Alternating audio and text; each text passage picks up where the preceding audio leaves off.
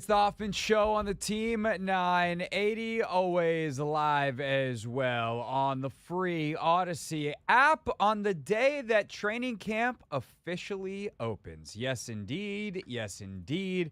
It is that time. Conditioning tests, players reporting, and a press conference with the head coach and general manager where they said, not a bunch of dumb stuff. It's a new era, everybody! Hey, we absolutely love to see it.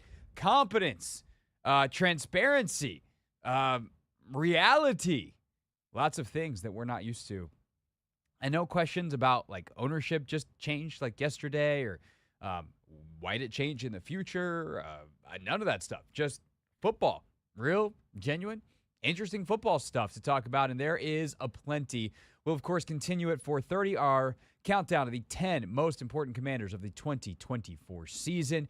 We will also continue our positional group previews with tight ends at 6 o'clock because Logan and my chat with Zach Ertz is at 5:30. So happy Commanders Tight Ends Day here on the Hoffman Show. It's different than National Tight Ends Day, but should be just as celebrated.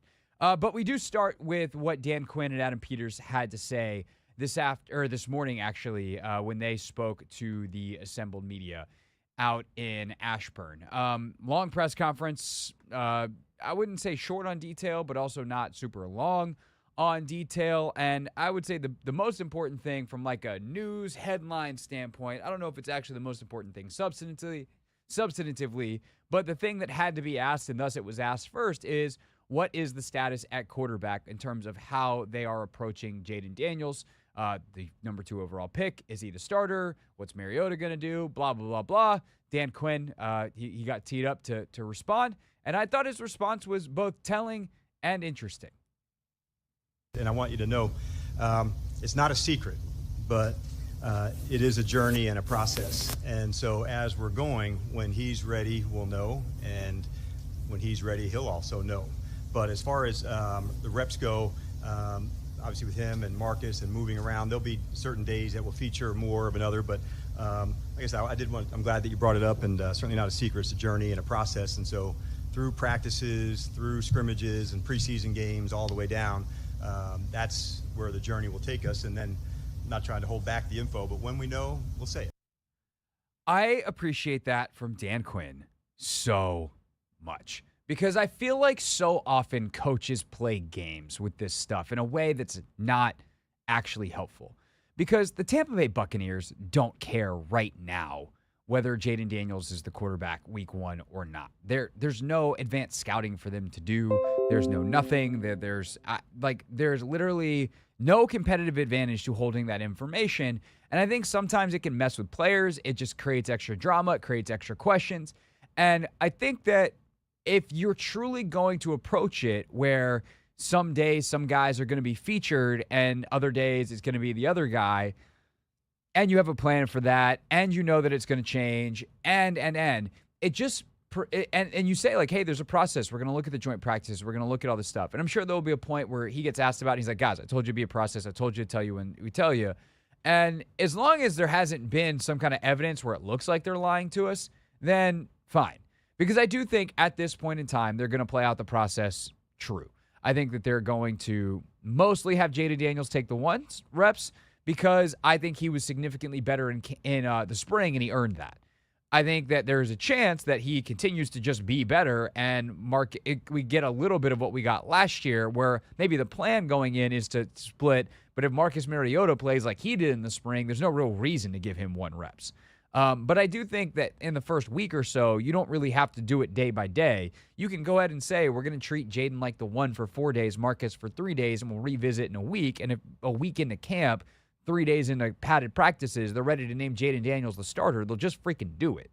And so I do think that Dan saying out loud, and this is me taking him at his word, and, jokes on me if this 2 weeks from now, 3 weeks from now, I'm like, yeah, I'm never believing Dan Quinn again. And in some ways, the joke will be on Dan because you only, when you come into a new job, you have credibility kind of given to you in some ways. We'll trust you until we have a reason not to, as a media, as fans, etc. But for right now, like, I actually genuinely trust Dan Quinn. I think that he's telling the truth, and I think that there will be a process that plays out, and that process will inevitably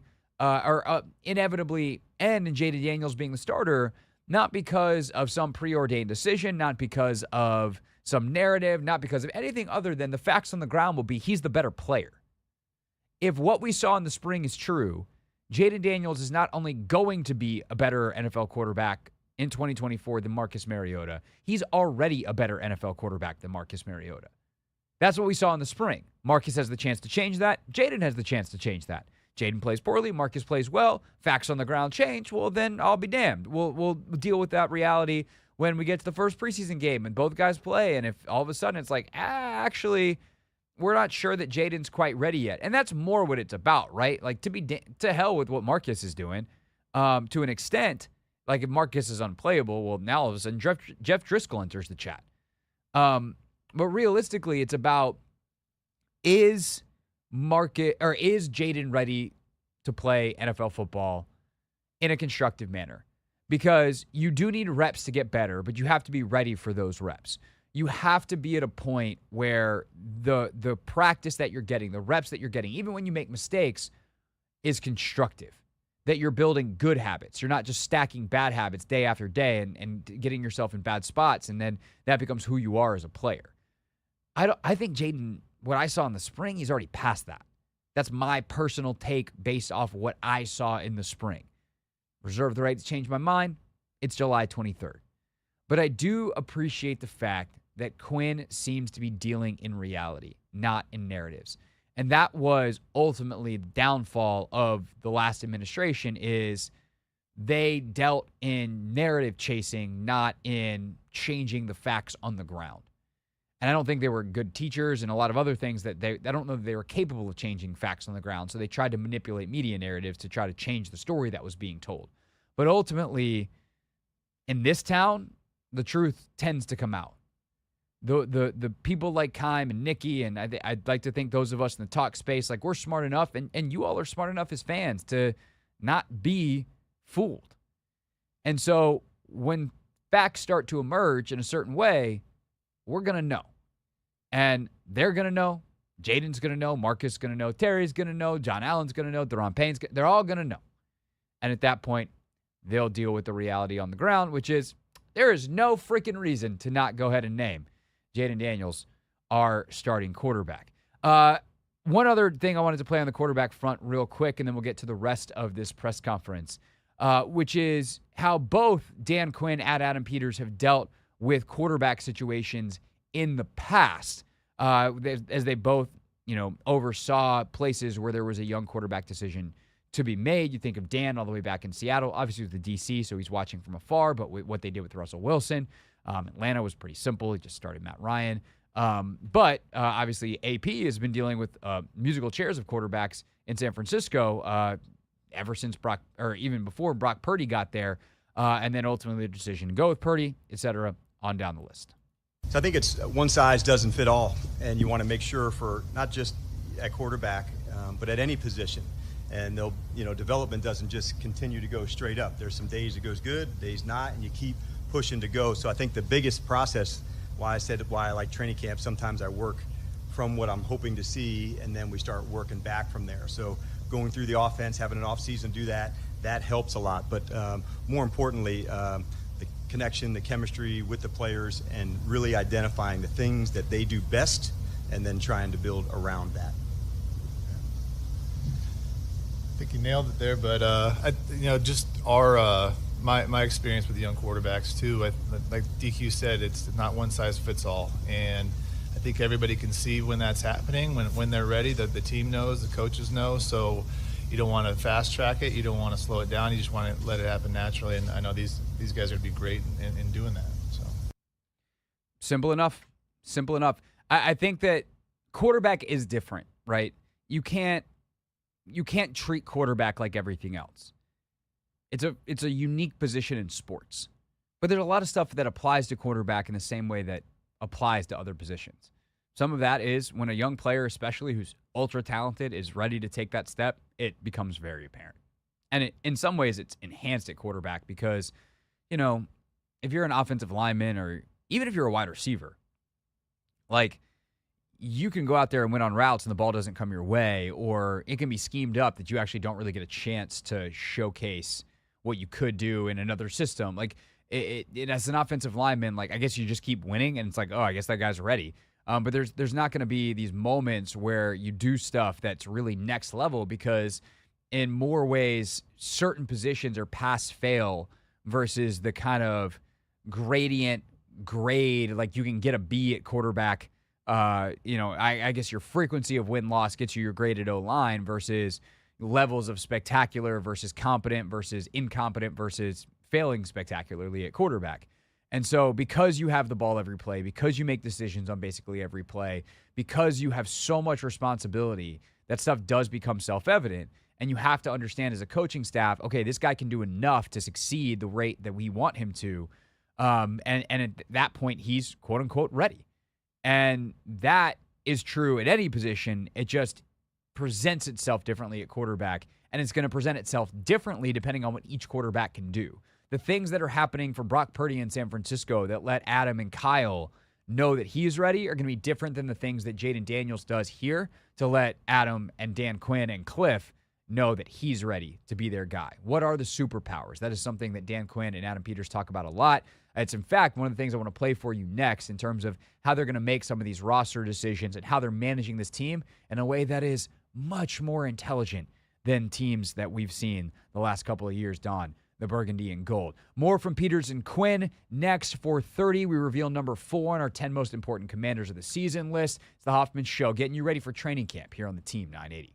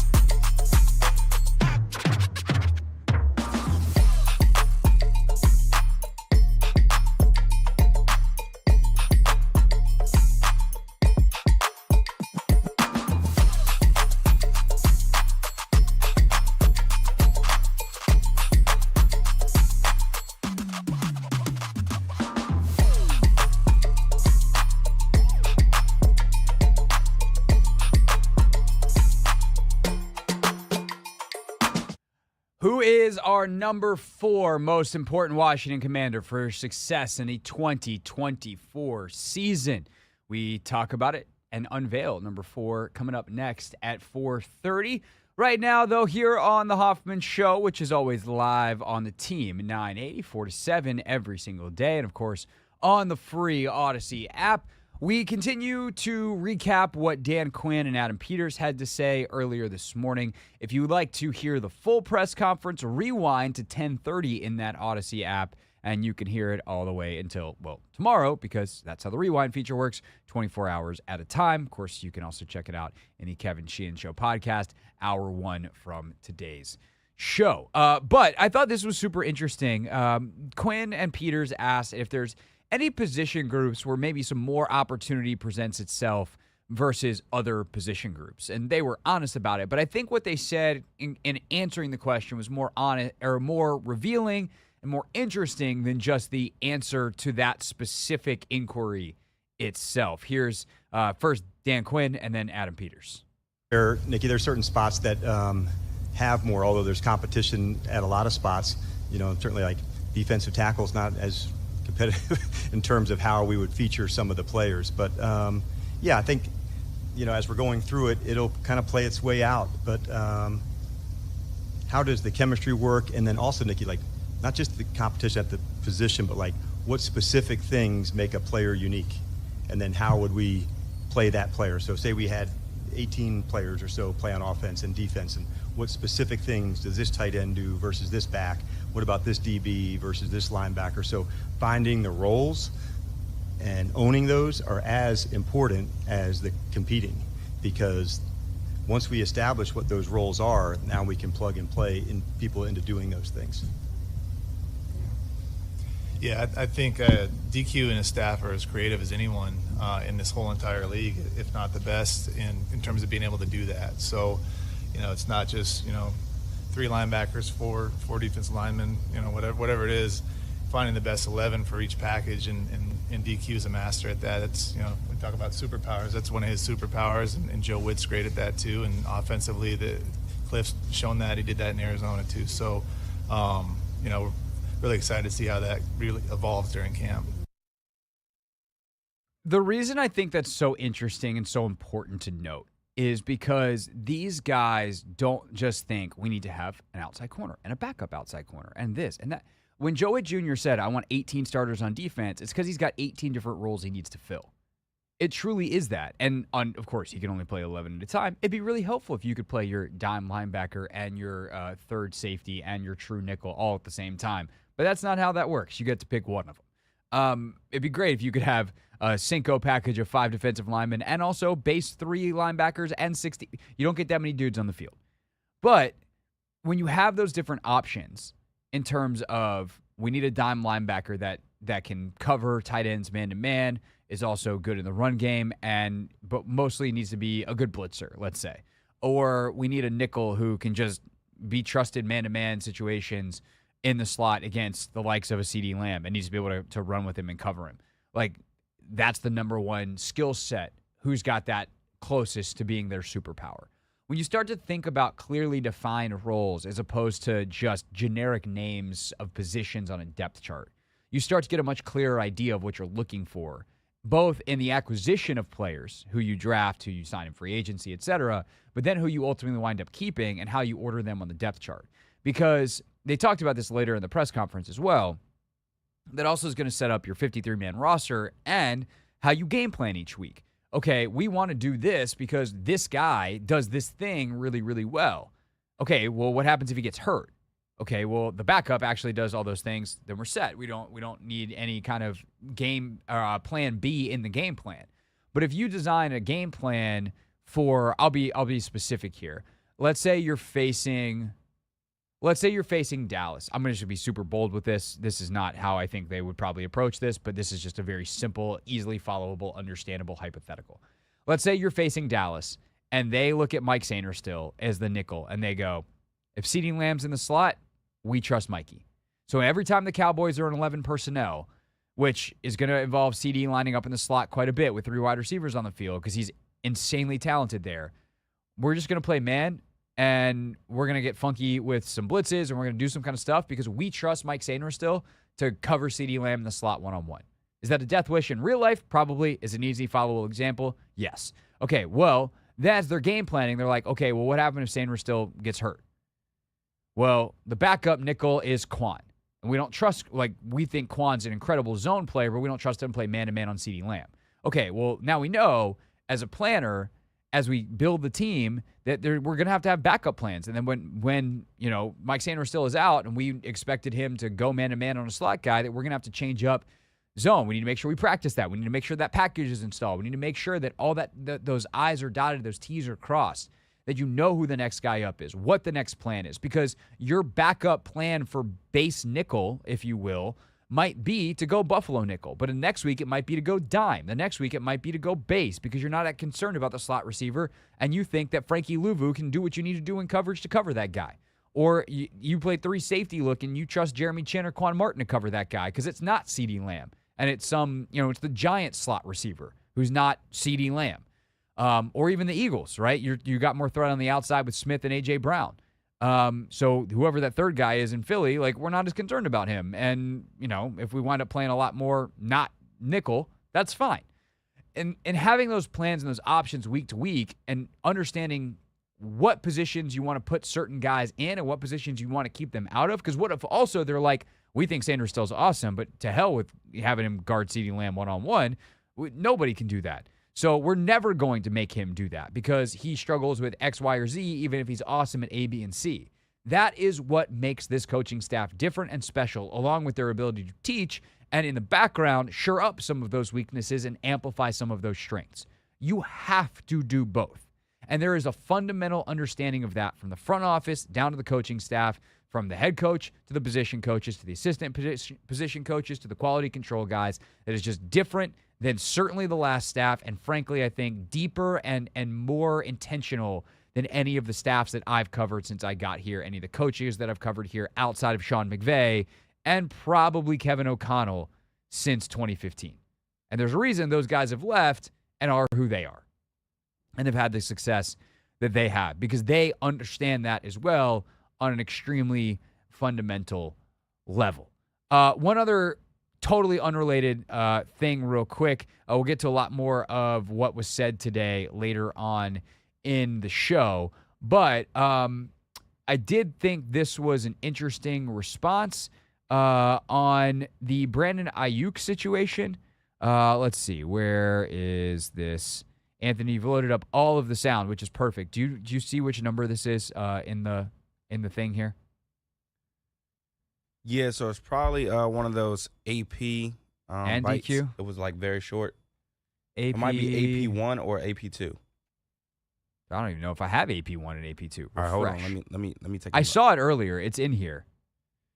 Oh, there it is. On there, they were asked about Ayuk having the TikTok with the footage, and this is what Adam Peters says.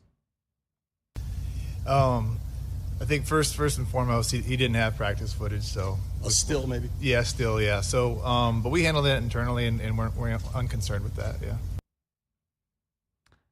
And that's all they had to say about that. I would be very curious to hear what got handled internally. I'm very curious what happens when Jaden Daniels is asked about it. Because I do think it's something that I would say on a baseline level, if they don't want to spill to the outside, I'm actually okay with that, functionally speaking. I would like to know. It doesn't mean I have the right to know. Some things get handled in-house. That's fine. But the fact that there was an acknowledgement of something got handled, I think is good.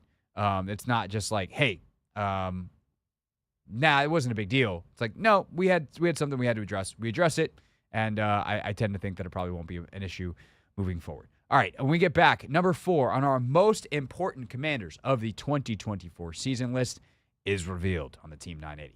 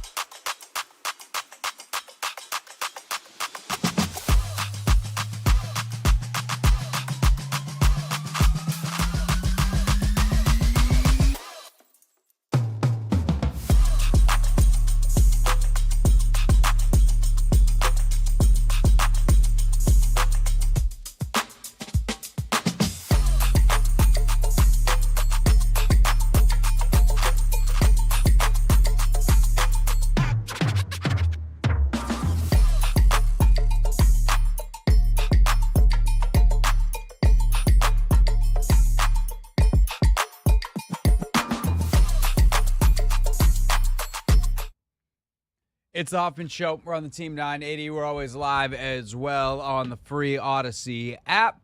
And our off-season coverage is presented by T-Mobile. Switch to T-Mobile, and you can get tons of benefits and still save on every plan versus AT&T and Verizon. Use their savings calculator to find out how at T-Mobile.com/switch. 4:30 every single day. Last week, counted down 10 through 6. This week, 5 through 1. The top 10 most important commanders for the 2024 season. Number 10 was Dorrance Armstrong. Number 9 was Emmanuel Forbes. 8, Brandon Coleman. 7, John Allen. 6, Quan Martin. 5, Deron Payne. And it is about that time to reveal number 4. In fact, oh my God, look at the time. It's time right now. Number 4. Number 4. Most important commander of the 2024 Commander season in terms of their success is Bobby Wagner. Bobby Wagner, veteran, linebacker, you know the resume. You know that he's going to wind up in Canton. You know who Bobby Wagner is. So in some ways, it's how is he only number 4? But let's talk about the reason, obviously, why he's so important. Because ultimately, like, being number 4 is pretty big deal. Number 4 out of 53 that we're talking about here. Wagner is going to be the signal caller on defense, which inherently is important. The ability to see, diagnose, communicate, etc. But I think the seeing, diagnosing, communicate after the call is in is actually the most important thing. You know, the green dot is important. Get the call, make sure it's communicated. Great. Defensive calls are not that complicated. Like you and I could relay pretty effectively. Without knowing what we were saying. Just the language of defense is not nearly as complicated as the word sentences that sometimes come in these West Coast offenses. I've never heard a defensive call that's more than 3 or 4 words. And so because of that, it's really about how quickly can we get lined up, and then the Bobby Wagner magic starts. Then, based off down and distance, based off of alignment of his unit, based off of how the offense lines up off of that, how many receivers on the field, their splits, fullback offset one side or the other, back offset one side or the other, in gun versus under center. Like, there's a million factors that then go into Bobby Wagner's supercomputer brain that go, I think the play is probably going to be this, or it's going to be this, or that. Hey, guys, let's watch out for this, or that. And maybe even, hey, watch the running back. It'll tell us whether it's this, or that. There's so many things that he can communicate pre-snap to simplify what needs to happen for everybody else. And he has the knowledge, the communication skills, and the ability to prioritize information to get all of that to the right people on time. And sometimes he's going to tell them why. Hey, Derek Forrest told me this in camp. He'll be like, Defo, watch this because blah, blah, blah, blah. And sometimes he's just going to go up and he's going to take John Allen and he's going to move him. And he's going to be like, you slide in. And he'll get them in the right position, and they're just going to trust that Bobby Wagner's telling them the right information. And that is so valuable because so much of defense in the NFL is assignment and alignment. Do you know what you're supposed to do, and are you in a position to do it? And Bobby Wagner is going to help literally every single other player, all 11, 10 plus himself, be in the right alignment on some absurd percentage, damn near 100% of snaps throughout the season. And again, cannot stress how valuable that is. In terms of why he's not actually higher on this list, one of our big metrics has been, is it possible for this guy to have a not stellar year and the team to still be good? At number 4, it's pretty freaking hard. It's really, really hard. But there was one defensive player who we think is actually more critical to the success of the team. And I'll go ahead and tell you, because I don't think it's that surprising, where he actually winds up on this list. You'll have to wait to find out later in the week. But we think that Frankie Louvu being great and something happening to Bobby Wagner could still salvage the season in a way that if we flip that, where if something happens to Louvu and Wagner is still out there, Luvu's skill set is more valuable. What he brings as a pass rusher, his ability to play Mike linebacker, and I think that's important as well. Remember, there was I would say at this point, in hindsight, a very short window where, Anthony, you were actually asking me, do you think they can still sign Bobby Wags? And I was like, I don't, like they could, but I don't think they will because they signed Luvu, and Luvu can be the green dot guy, and you have him and you have Jamin, and that's going to be that. 36 hours later, something like that, not even 24 hours later, they signed Bobby Wagner. Yeah, I'm not going to say I, spoken into existence, but. Yeah, it was clearly all you. No, it was the cursed guy spoke it into existence. Hey, look, I don't make the rules, Craig. Maybe we talked about Dan Quinn and Adam Peters identifying superpowers and keeping players out of situations that are opposite their superpowers. You, off-season acquisitions, great. Can't go to games, but off-season acquisitions, Haney's got it covered. Yes. But I think that to me is the separator for him and Luvu. Like, he is so far advanced mentally, and we've already seen it in practice, the ability to get all that stuff done. His impact in the meeting rooms, and not to mention, like, it's not just the mental side. Dude can still play his tail off. Is there a little bit of athletic decline that affects him more so in coverage than it does as a run player? Yes. Is he still effective in coverage? Yeah. Yeah. Especially in zone, because like he can use the know-how to get where he needs to be on time.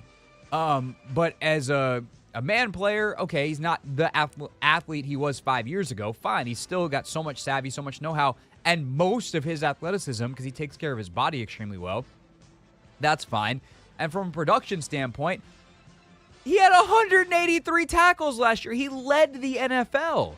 And yes, there are guys that have led the NFL in tackles, Zach Brown, who actually aren't that good of players and are actually sometimes making tackles to the detriment of the team, as much as that sounds silly. If you're out of gap, eventually that's going to bite you more than it's going to help you if you're just chasing stats, if you will. But Wagner's not that guy. Wagner is just where he needs to be at the ball in the way that he's supposed to be there all of the time.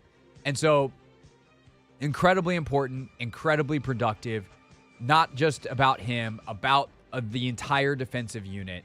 Not higher because there is one other guy who has more importance, but he is, to me, the second most important defender on this team. If they were to lose him for some reason, it is not catastrophic, but it's pretty darn close. It would put a ton on Jordan McGee, who's a very, very impressive rookie, but is a rookie who did fall to the 5th round, and there are reasons for that. So, Bobby Wagner, number 4 on the list, Anthony. Any other additions, talking points, questions, queries, predictions for Bobby? No, I don't have any bold predictions. But I will say, the middle linebacker is sort of like the point guard for your defense. He is the extension. Some football of your people coach. even call it the quarterback of the defense. I've heard that. Or the quarterback too. I've heard that. But I think also just with Bobby, the experience he has.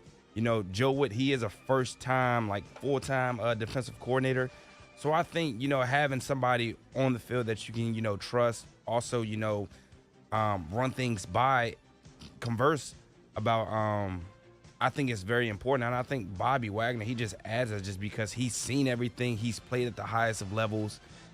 He's played in Super Bowls. He's, multi-time Pro Bowler, All-Pro, and things of that nature. The resume speaks for itself. So I think just having that person in your defense, no matter, at what point in his career it is, I think it's just very valuable. 100%. It creates buy-in, too, because he believes in Quinn. Yep. And as Dan tries to establish the culture, Bobby's going to be the guy that carries it more so than anyone else in the locker room. And DQ was actually asked today what they're looking for as a staff that will signal to them that the identity that they want is actually forming and executing. And I thought his answer was great. And think about Bobby Wagner as you hear this answer. Yeah, I think you have to see, while playing really fast, excellent execution.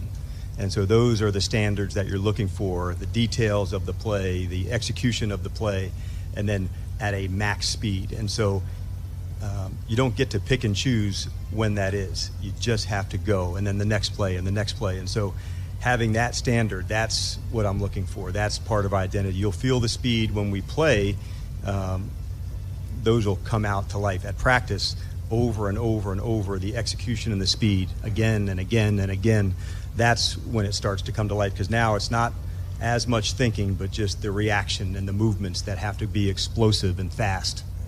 You want to talk about having it all done second nature? Yeah, Bobby Wagner is going to do that. The other big thing that Quinn talked about is you'll hear us before you see us. If the communication is there, we're in a great spot.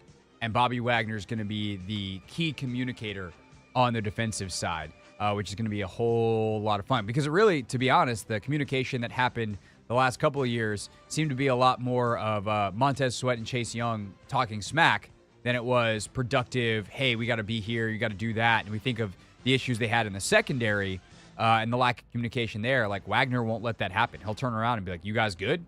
Hey, you got this, you got that. Like, he'll communicate for them if he's got to. Although I'm sure guys like Quinn, Jeremy Chin, etc., are very well equipped to communicate, and showed that in camp. And that's going to be the expectation if you're going to get on the field, period, playing for Joe Witt Jr.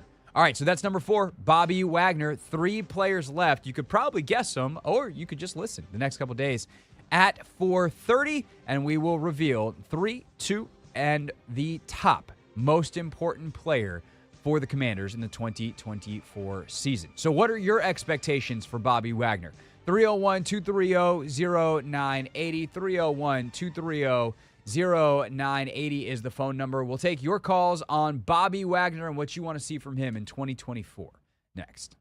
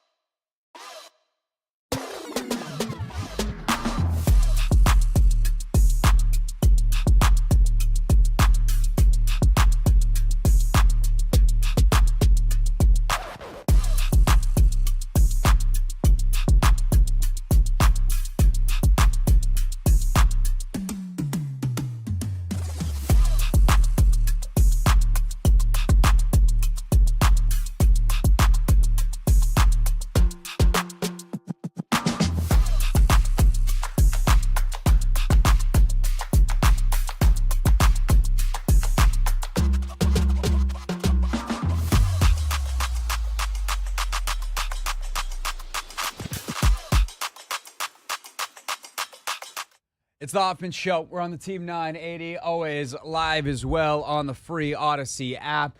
Final for Team USA. They beat Germany on the women's side of things. Of course, the men squeaked by yesterday on the backs of LeBron James.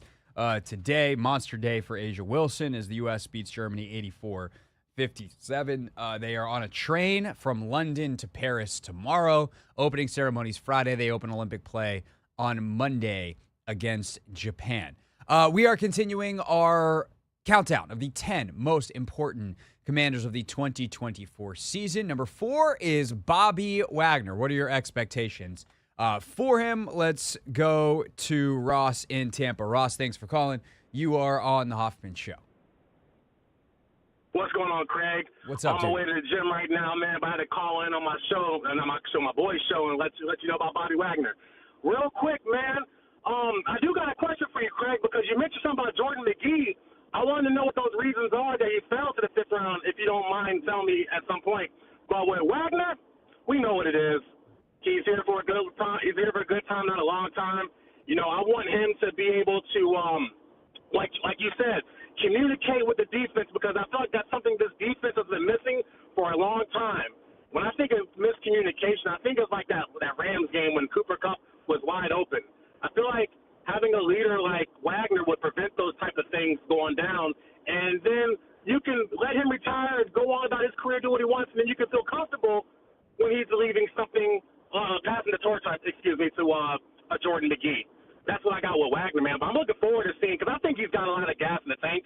Coverage-wise, I'm a little nervous, but in terms of stopping the run, man, I don't think there's any signs of him slowing down.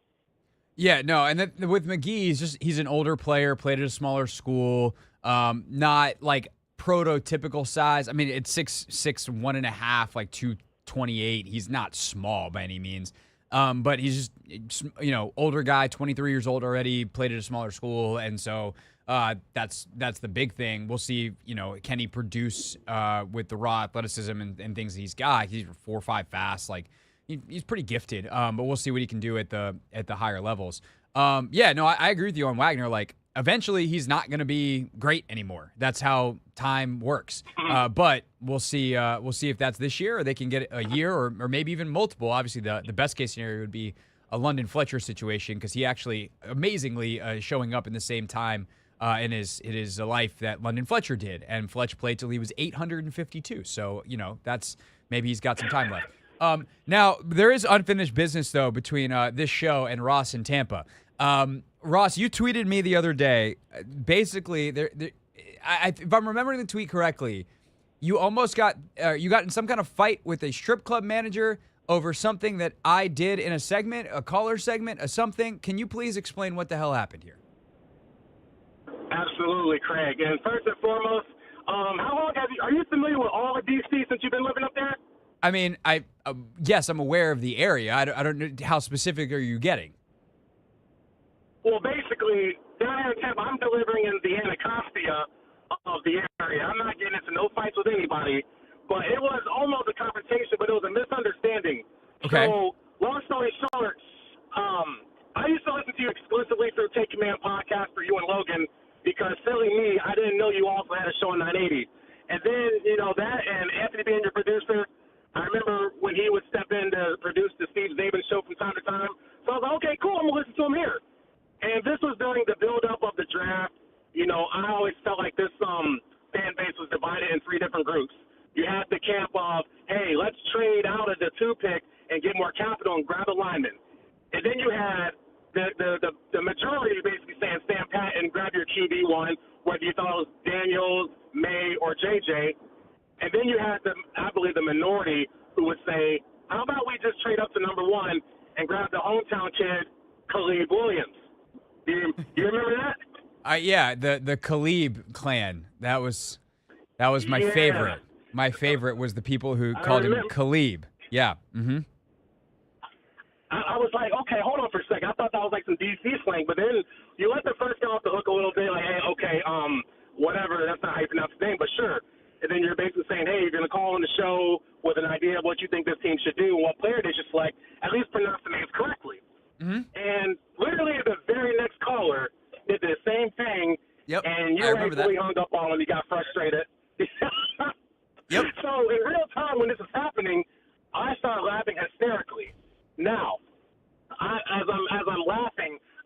made a delivery at the strip club that just so happens to be on my route. That's the type of area I deliver to, where a strip club is across the street from a daycare. And I didn't know when I started laughing, there were two young ladies right next to me who thought I was laughing at them. Oh, no. And this was information. Oh, yeah. Oh, it gets worse because this was information that was later brought to my attention that, one of the ladies knew that was going to be her first night, and you had a whole bunch of local Tampa rappers coming in, and they had a lot of money to throw. That would basically be like, Jaden Daniels gets injured before the Super Bowl, and Mariota's nowhere to be found. So we're telling Sam Hartman, hey, no pressure, but you're going to start today, so make it foul. Anyways, so I'm laughing about the whole Khalid thing. I'm cracking up because, my goodness. And as I'm coming back up the street, I see three guys waiting for me. And I'm like, did I misdeliver a check? Are they expecting something and they're mad that they didn't get it? And I'm like, okay, this doesn't look good because they look really frustrated. So imagine a not so big, but an older, meaner-looking version of Morgan Moses in a black suit approaching you, not so happy. Not an ideal situation. No, not at all. And all I got to defend myself is pepper spray. But as a 6'1", 250-pound dude, I'm not confident I can handle myself with three of these guys. So I just go up to him like, hey, what's the issue? And he's like, I heard you were disrespecting one of my women. And I'm like, excuse me? And then so he basically told me everything that he told me about all of this. He said you're laughing at him. Man, Craig, I about broke my neck when I switched my head to show him the earbud. I know I'm pointing at my earbud. No, dude, I'm listening to the radio show. I would never laugh at any of your women. And then we all laughed about it, and it was a big misunderstanding. And then they let me go about my way. And I got to tell you the story now because so much happens in that area, Craig. I'm telling you, every single day. And I'm like, wait a minute. What sparked my memory was an unfortunate situation that happened at Seb, Gentlemen's Club. And I was like, I don't think I told Craig because I didn't start calling the show yet. Ross, that's an outstanding story. Frankly, the only way it could. Thank you so much for letting me tell the story online, man. Yeah, no, absolutely. The only way it could be better is if now they were all three big fellas, and the ladies too, if they all listened to the show. That's the only way that could get better. We're on a hunt for listeners, but you want to know what? If you see them on the route again, we have confidence that you will convert them. Ross, thanks so much for calling, dude. Thanks for being a loyal listener. We really appreciate it. Thank you, man. Appreciate you. All right, that's Ross in Tampa, everybody. Anthony, we've been trying to get that story in because Ross tweeted me about a week ago, and we've just been busy every single day, like chaos busy. And today I looked at the phones. I saw Ross in Tampa. I didn't see any other callers waiting for Bobby Wagner stuff. And I said, today's the day. And boy, am I glad that today was the day. Yeah, that was a good story. And I feel like, the art of storytelling is sort of kind of underappreciated. Ross actually did a very good job. That was an excellently told story. My favorite part is the older Morgan Moses in a suit. Because we all know exactly what that dude looks like. Yeah. Big beard, big man, big trouble until you get the earbud. Yeah. That's good stuff. Oh, man. All right. When we get back, we're going to shift Not My Beat back to 5:15 today. Because really the top story is the Quinn Peters press conference. So we'll play you a couple more bites from that. And then our pal Richard Deitch is going to join us, sports media writer for The Athletic. Is Inside the NBA and the NBA on TNT actually going to be able to pull this off? Are they coming back from the dead when it comes to keeping the NBA on their air and Inside the NBA on our televisions and in our hearts? Deitch, 5:15. Zach Ertz at 5:30 here on The Hoffman Show.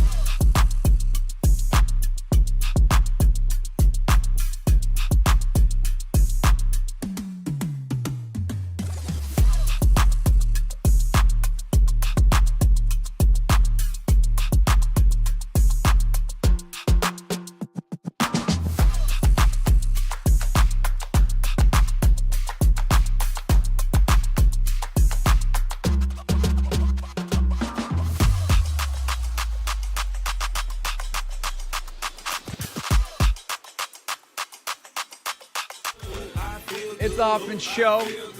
Team 980, always live as well on the free Odyssey app. We are streaming live on YouTube, too, at the Team 980. And coming up in a half hour from right now, Commanders tight end Zach Ertz with me and Logan. He and Logan went deep on the dark arts of route running. So if you want to hear what it sounds like when two big old football nerds start talking tight end route running, boy, do we have the interview for you. Also, sentimental thoughts about fatherhood. So a little bit of something for everybody coming up at 5:30.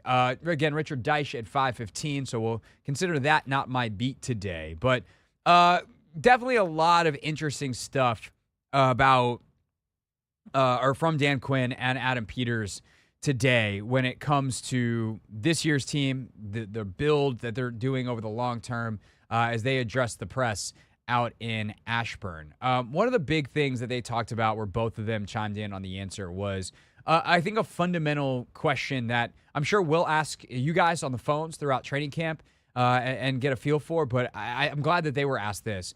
What is success this year for the 2024-25 Commanders? Here is Quinn and Peters. I think number one, we want to start off and make sure like our identity and who we are and how we play, that has to come along strong, Ben. And that part, if you get that first and get that right, that's when a lot of the success will follow. But you can't, put the record before you have the identity and who you are. And so I'm hopeful that when you and our fans and families see us play, they see that identity coming to life, the speed, the physicality, the winning football in the most critical moments. Those are all the things that are going to make up our identity, and we've got to use this time to start establishing that in the very best of ways.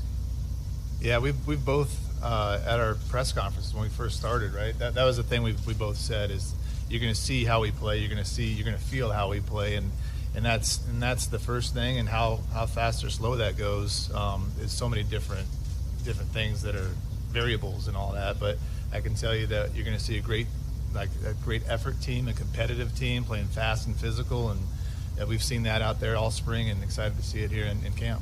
I think it probably goes back also to Adam and the staff to what it was from the players that we were trying to bring in through free agency and the draft. And so that also is a part of the identity. And so knowing that it's meshing together through scouting, through coaching, through the players, that's, where the success will come. I think that last part from Quinn is actually very important and very well put, which is who you build the team with is ultimately going to reflect in the team. Yes, you need to take those players and shape them in a way and coach them in a way that you get what you want out of them.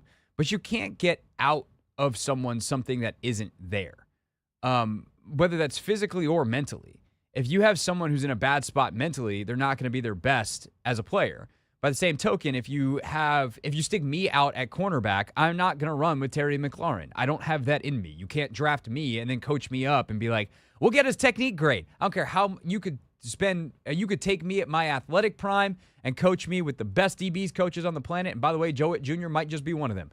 There is not a point in my life ever that I could cover Terry McLaurin. Maybe when we're both in our 50s or 60s and Terry's slowed down a little bit, and if he took one too many hits in the leg as a football player and he's got a little bit of a limp, and I'm still somehow healthy and I'm out there doing my distance running stuff, maybe I'll cover Terry McLaurin in 30 years. I guess I'll be in my 60s then. Damn it. Anyway, the point is, shut up, Anthony. All I did was look over, man. That was enough. Hey, look, the math wasn't math, and so I had to. All right, then you corrected yourself. The math was mathing, unfortunately. Yeah. The point is, you can't coach me to cover Terry McLaurin. So in other words, what you put out there, not just from, hey, let's make sure we have the guys with the right physical traits in each position, but that we have the guys with the right mental makeup that compete, that's who they are down in, down out as college players, that when we do the homework on them from the scouting, we hear that they're leaders, like they carry themselves the right way around the building, they do the work in the weight room. If you have all that stuff and those are the ingredients that you're cooking with, then you don't have to coach that stuff as much. It's going to happen. You're going to have guys push each other. You're going to have a bunch of dudes leading by example, and you're not going to have anybody that really dragging along because everyone's just kind of going to be in it together. And that togetherness is worth something. And so Adam and the staff set up Dan and his staff to be successful from that front. And I think that a lot of times we hear coaches say, oh, we want to compete, we want to do this, and everyone's like, is that a given? And I think Commanders fans look back at last year and go, oh, no, it's not. Because we know what that looks like. We know what non-competitive football looks like.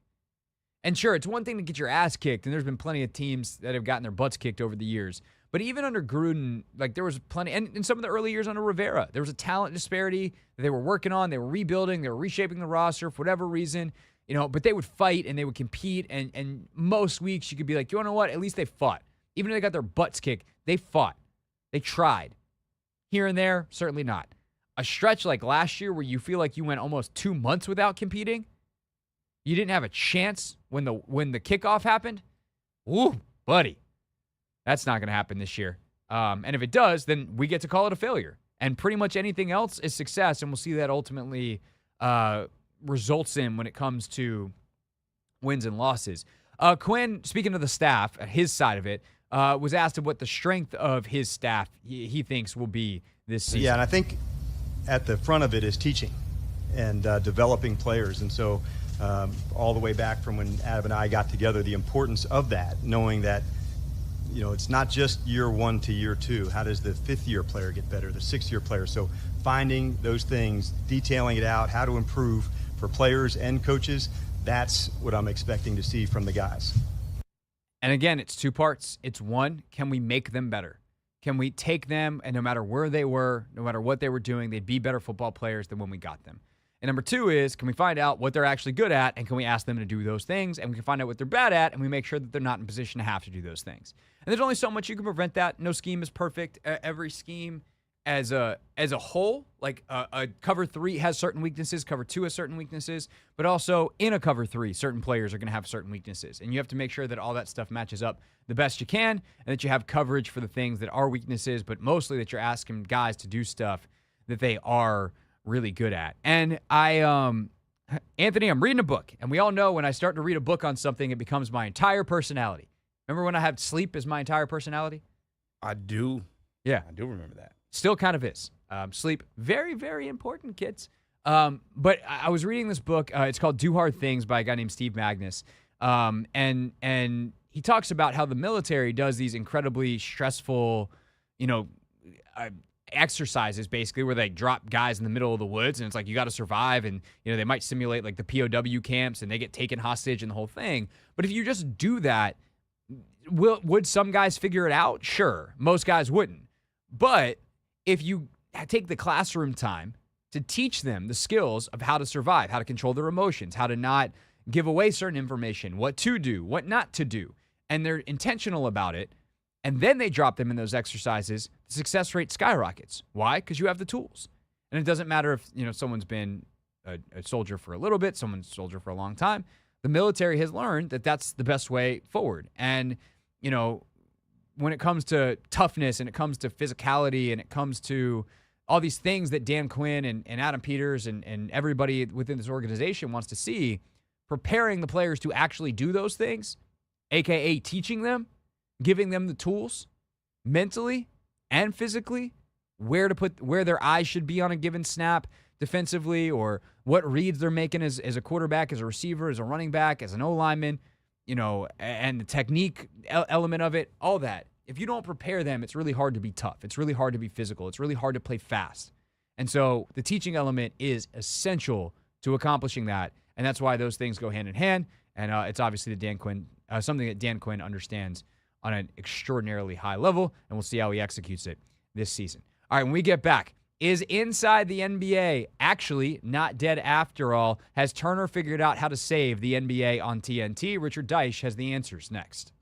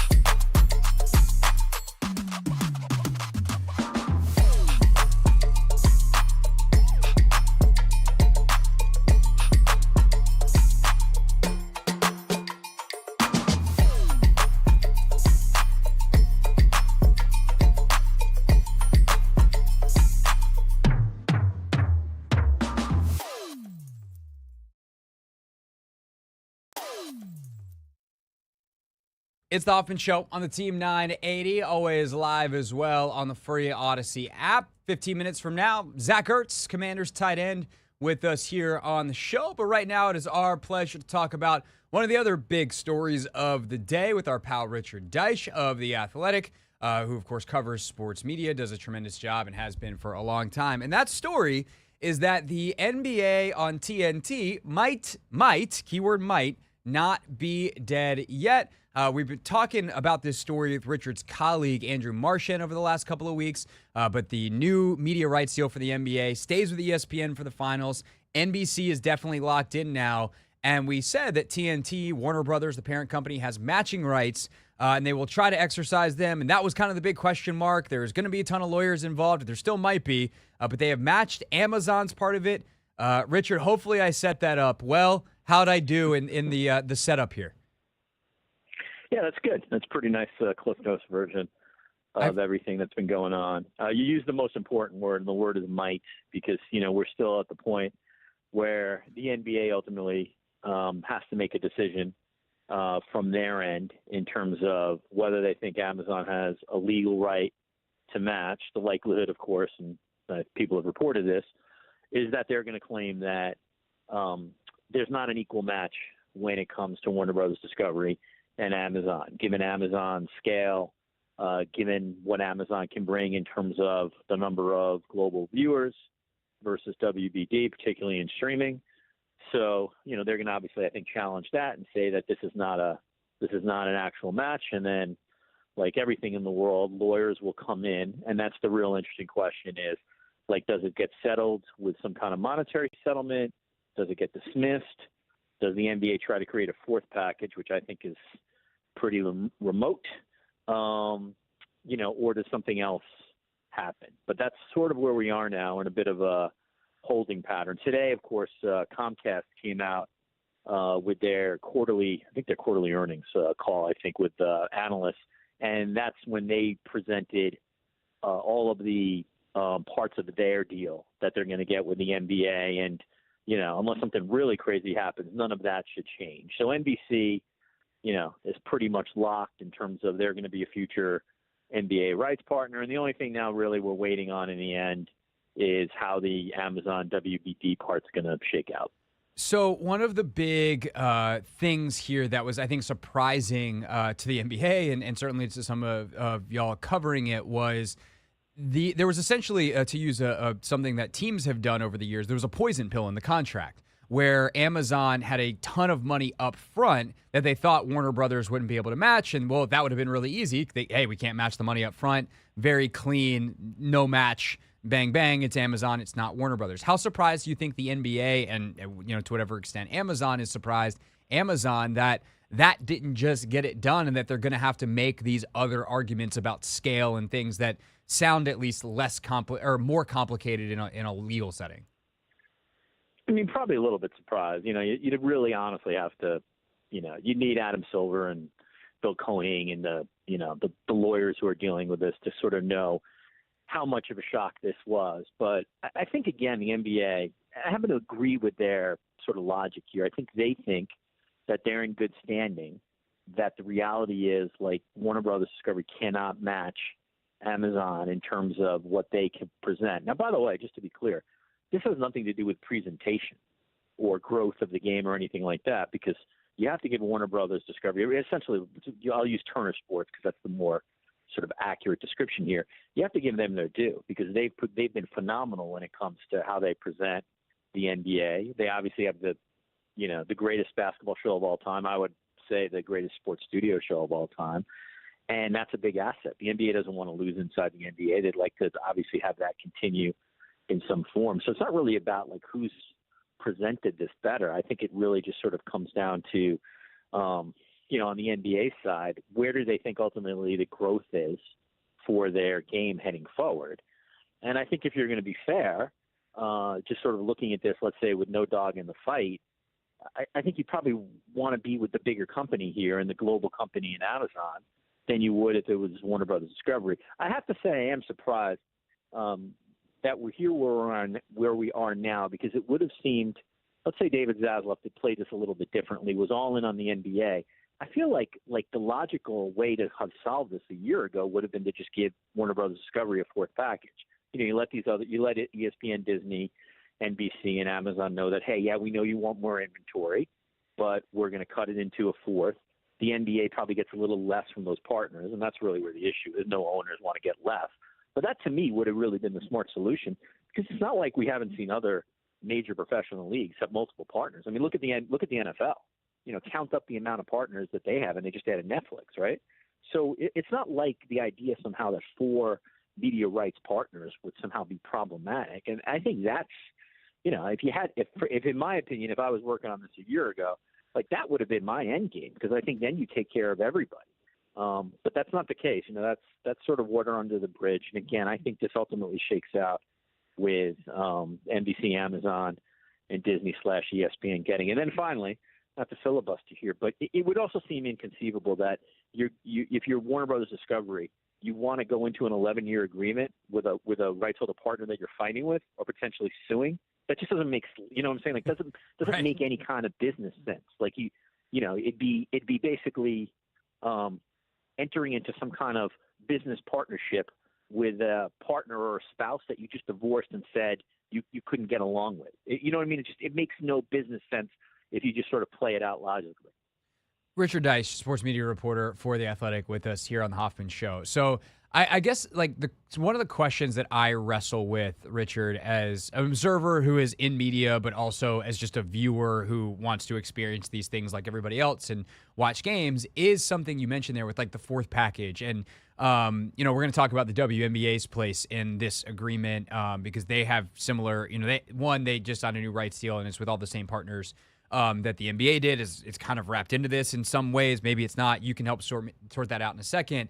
But as a WNBA fan, like finding games sometimes is a pain in the ass because they do have so many partners. And finding, NWSL games is a pain in the ass. I think Fox and CBS for the NFL, it's now a little bit harder. It used to be like, oh, it's an NFC team, then it's on Fox, CBS. And even then, like on a Sunday, it's one of two options. But what are, I guess the question that I have after this, speaking of filibustering, long rambling setup is, what is the value of something like Inside the NBA to a brand and that brand value and a clean user experience versus there are more bodies out there that will watch Amazon potentially, and more bodies equals more money, and it is just purely raw financial upside? Yeah, well, Craig, we're talking about a question. I need a legal pad to figure this one out. Sorry. So, no, I'm playing with you. There's value in Inside the NBA, like significant in terms of like brand awareness. It's obviously a great entertainment vehicle, but that's not what this is about. Like ultimately what this is about is distribution and capital and who can pay. So as great as Inside the NBA is, you're not going to be the league's board of governors and somehow be like, we have to stick with Warner Brothers Discovery because they have Inside the NBA when Amazon is offering, billions of dollars. That's just not how it's gonna play out. I sympathize with you and other consumers in terms of, if we want to watch all the stuff, we have to get like all these different streaming packages and all these different cable packages. But that is now the reality of sports. Like that we're not going back to a different place.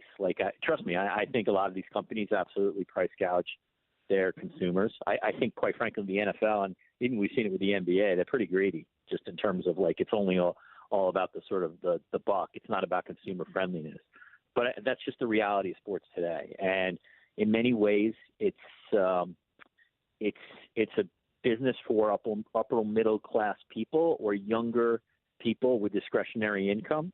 The reality is, if you're a diehard in a sport, this as a soccer guy, right? You just have to pay the freight for a number of these streaming services if you want to see all these games you want to see. What the networks and the media companies will say is, hey, we're not a nonprofit. We're not the BBC here. If we have to pay these rights fees for these sports, we have to then sell advertising inventory, and we have to sell subscriptions to our streaming service in order to pay for this and make a profit. So I'm with you, but I don't even think that's much of a calculus anymore for a lot of these leagues. I don't like it. I think baseball especially, it's been so foolish putting all these different postseason games on all these different outlets, but sports leagues just don't think like that.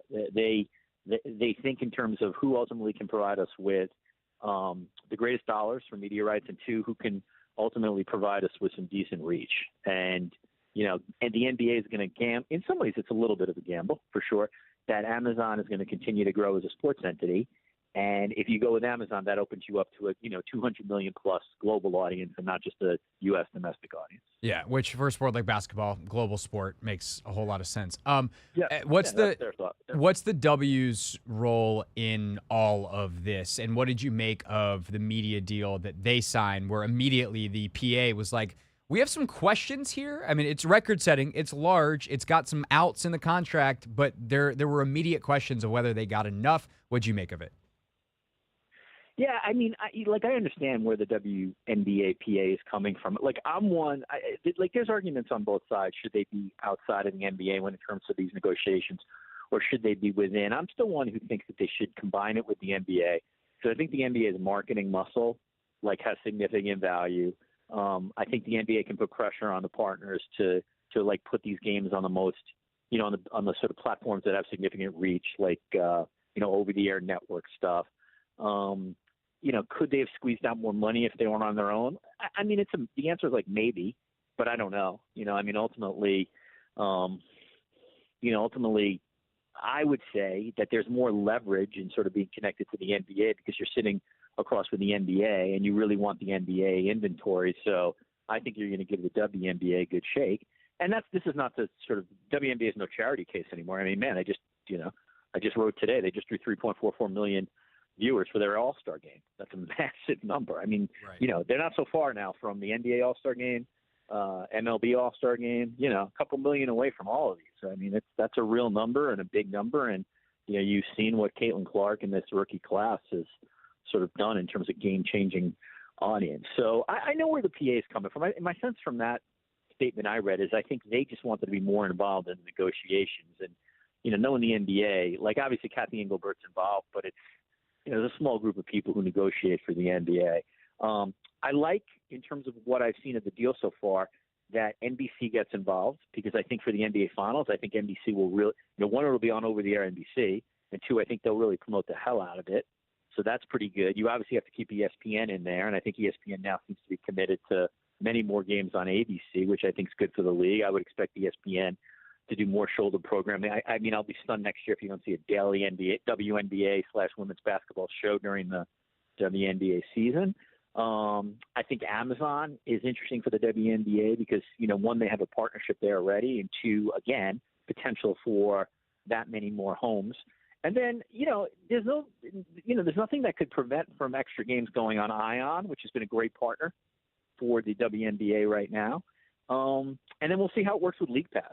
I think a lot of people, including myself, you watch a lot of these games through League Pass, the ones that aren't on national TV, and, you hope the League Pass still provides a ton of inventory. So I think, again, it's easy for me to say from 10,000 feet above. I think they did pretty good with this deal. The only thing I would have changed, let's say if I was one of the negotiators in the room, I would not have had a long-term deal.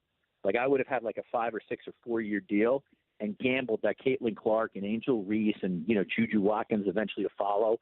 These women continue to grow the game to a different level. And then maybe in 4 years' time, I got even more leverage to renegotiate this deal. No, I totally agree. And I think I read there's a 3-year out on the W side for them. Okay. And actually, you know what? I didn't know that. So there you go. So if that's accurate, I feel like there's no way that in 3 years they're not going with the growth trajectory that they're already on. And like you said, the names that are coming, I just feel like there's no way that in 3 years they're not. I would say this. I didn't mean to interrupt you. I was going to say for that league, it needs two things. You're already starting to see it. You need more rivalries, individual player rivalries, and that's where Angel Reese and Caitlin Clark have really helped because you need people to tune in to games that maybe necessarily aren't the two best teams in the league, but they're compelling players against each other. And then the other thing I would say, just given how popular Caitlin Clark is, you need that team to get better. You need the Fever to be a top 5, top 4 team, which, if the GM hopefully drafts well or if they make trades, the other good thing about the WNBA now is free agency is now a real thing. So great players can change sides. And I would think if you're, a player who wants marketing money, you would want to play with Caitlin Clark. So that's the other thing that the league needs. It's just like the NFL. It's okay if the Cowboys are 9-7 or 10-7. You can't have them at 2-14.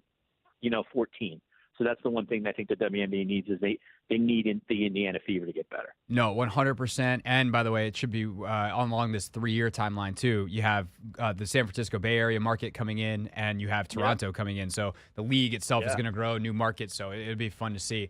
But we wait with bated breath for the lawyers on the NBA side in the meantime when it comes to Turner and Amazon. Richard, always appreciate having you, my friend. Enjoy the rest of your summer, and I'm sure we'll be talking down the line. Yeah, watch out for Team Canada against Team USA in men's basketball. Eyes are there. Apparently, just don't play the South Sudan if you're Team USA. That's I think what we learned this weekend. Exactly. Good to be with you, Craig. Always a pleasure. That's Richard Deitch with us here on the Hoffman Show. When we get back, Logan and I got the chance to talk to Zach Ertz yesterday. Great conversation with the Commanders' new tight end. You will hear it next.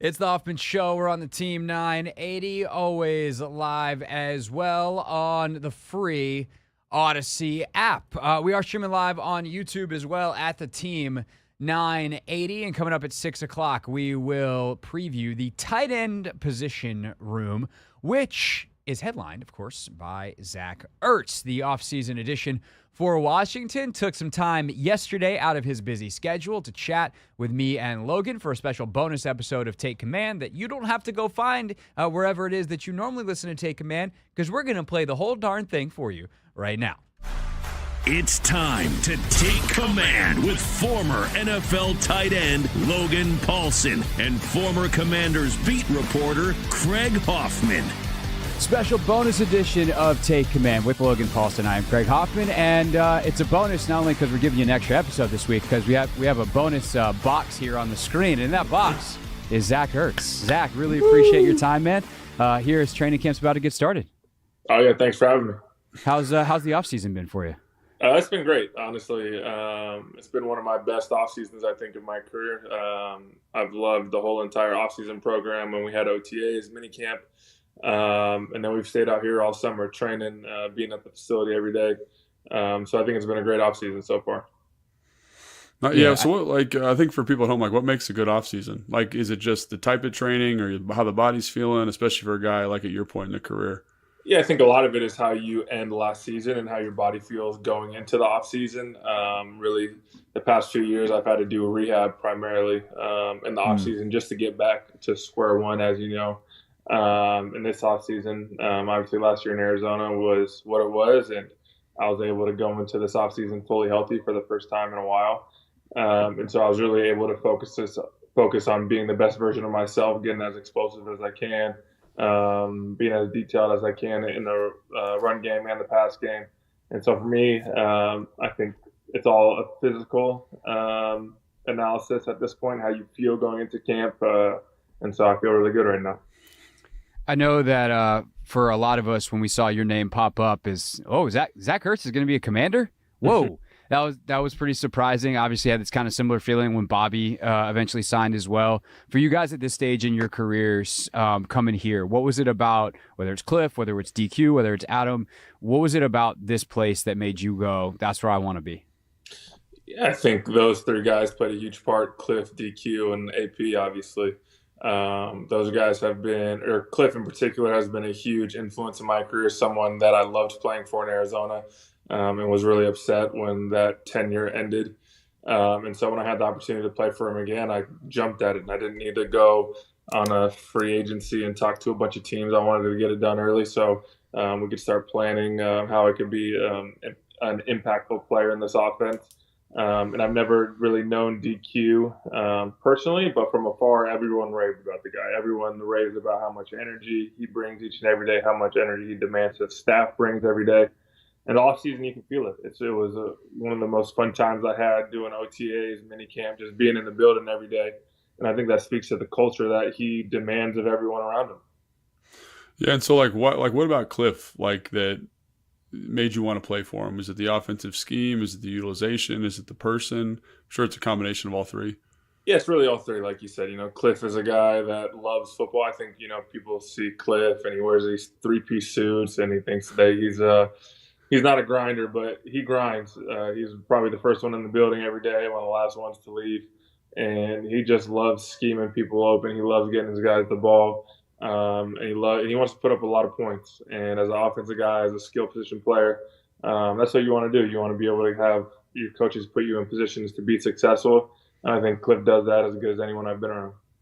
When you talk about both those guys and kind of the idea of this has been the most fun you've had in an off season, we've talked about it on the show because Logan obviously played for DQ in Atlanta, but for you in the different places that you've been, whether it's Cliff as a head coach or the different coaches you had in Philly, what is it about the way Dan and ultimately Cliff on the offensive side runs it that is different, that you're like, wow, this is really cool, I'm really enjoying this?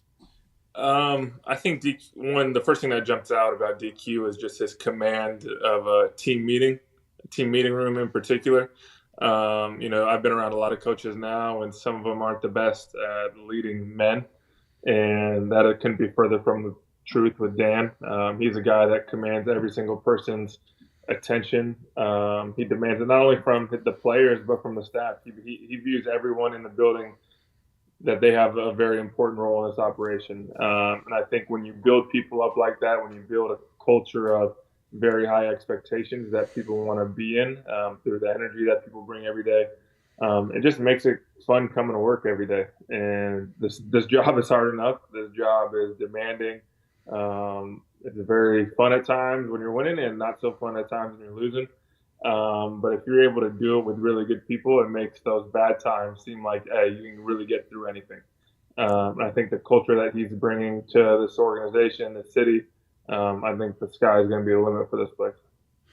Another big part of this new organization, obviously, is Jaden Daniels, and I think you're like kind of in a unique spot to talk about that because obviously you were with Carson Wentz in Philly when he was a young pup, and you were with Kyler Murray as a young player. Like, what have you seen from him, and like, what's your expectation from him as like kind of like the vet in the offense, having been around some of these other really good football players? Yeah, I think Jaden, obviously the physical tools stand out right away. He can make every throw. He stands tall in the pocket. It's easy. It's easy to catch the ball. It's very effortless for him. And we haven't even been able to really see his ability to escape and make those elusive plays in the open field like he did at LSU. But I think the thing that sticks out about Jaden, he almost has like a gravitational aspect to him. He's just one of the guys. Guys want to be around him. He brings that team camaraderie. He loves the game. He loves the process. And so for me, I think that's one of the things that's very unique about him, a guy that pretty much he won the Heisman. He was a second overall draft pick. He just views himself as one of the guys. And I think that goes a long way, especially in this business, especially in that position. And that's not always the case. All right, Zach, now's the part of the podcast that all the people listening have been waiting for, which is where I get the hell out the way. Because Logan has this phrase that he has used to describe you, which he goes, he just understands the dark arts of route running. So now you and Logan are just going to get to talk about the dark arts of the route running, and I'm going to sit back and shut up. Logan, go ahead. All right, let's do it. Yeah, so I think the thing that, obviously when I watch you play, like, is you are obviously very athletically gifted, but you're not like Vernon Davis. And I just want you to kind of talk through your route running process. You know what I'm saying? How you see it, and then what are you emphasizing? Let's say you're running like a corner versus outside leverage. I saw you do this a bunch during OTAs. I've seen you do it a bunch during your career. Like, what's the process, and how do you gain leverage on this route? And how do you get like all these open targets for yourself? Yeah, I think. Well, thank you for those compliments, and I agree. I'm not Vernon Davis. No one's only one Vernon Davis, man. Only one. No one is Vernon. But I think the key, I've seen so many coverages post snap that now I can really identify most coverages pre snap, based on how linebackers are aligned or safeties are aligned, and they can only disguise so much, especially the linebackers, because they have to kind of be where they're going to end up in the run game. So I get so many tips pre-snap that I know how to attack the guy early in the route. So many people want to take a couple steps into a route and then they're going to make the move at that 5 yards into the route. If you only have say you're in a 10-yard route on a corner, and most people have to wait from the 5 to 10-yard mark to really understand what coverage they're getting and how to break down the leverage at that point. But I feel like I can identify the coverage at the 0 yards. And so I have 10 yards to really attack a guy and make him think I'm doing something else. And so I just feel like I have an extra amount of space to manipulate defenders. And I understand the coverages. I know where they don't want to get beat. And so at the top of the route, I want it to make it all look like I'm running deep. But in reality, I already have got my leverage so early in the down that now I really am almost head up to them at the break point. So what's an example of something that you would use as a tell pre-snap? You know what I mean? I think that's something that young football players, something that during my career I wish I would have been more astute with, is just taking the time pre-snap to identify coverage. What are some things that you're looking at? And then to kind of put yourself in the best position to be successful, like you were talking about later in the route. Yeah, I think it depends, obviously, if you're in 3 receiver side or the 2. Let's talk about get nerdy with it. So you're to the 3 receiver side. You're number 3, right? Yeah. It's split safety to start, right? And they're going to roll to something else. What are you looking at that box at the beginning of the play? So it's really the linebacker that is to me. Okay. If it's really the triangle. The safety to you, the linebacker to you, and the nickel outside of you. Yeah.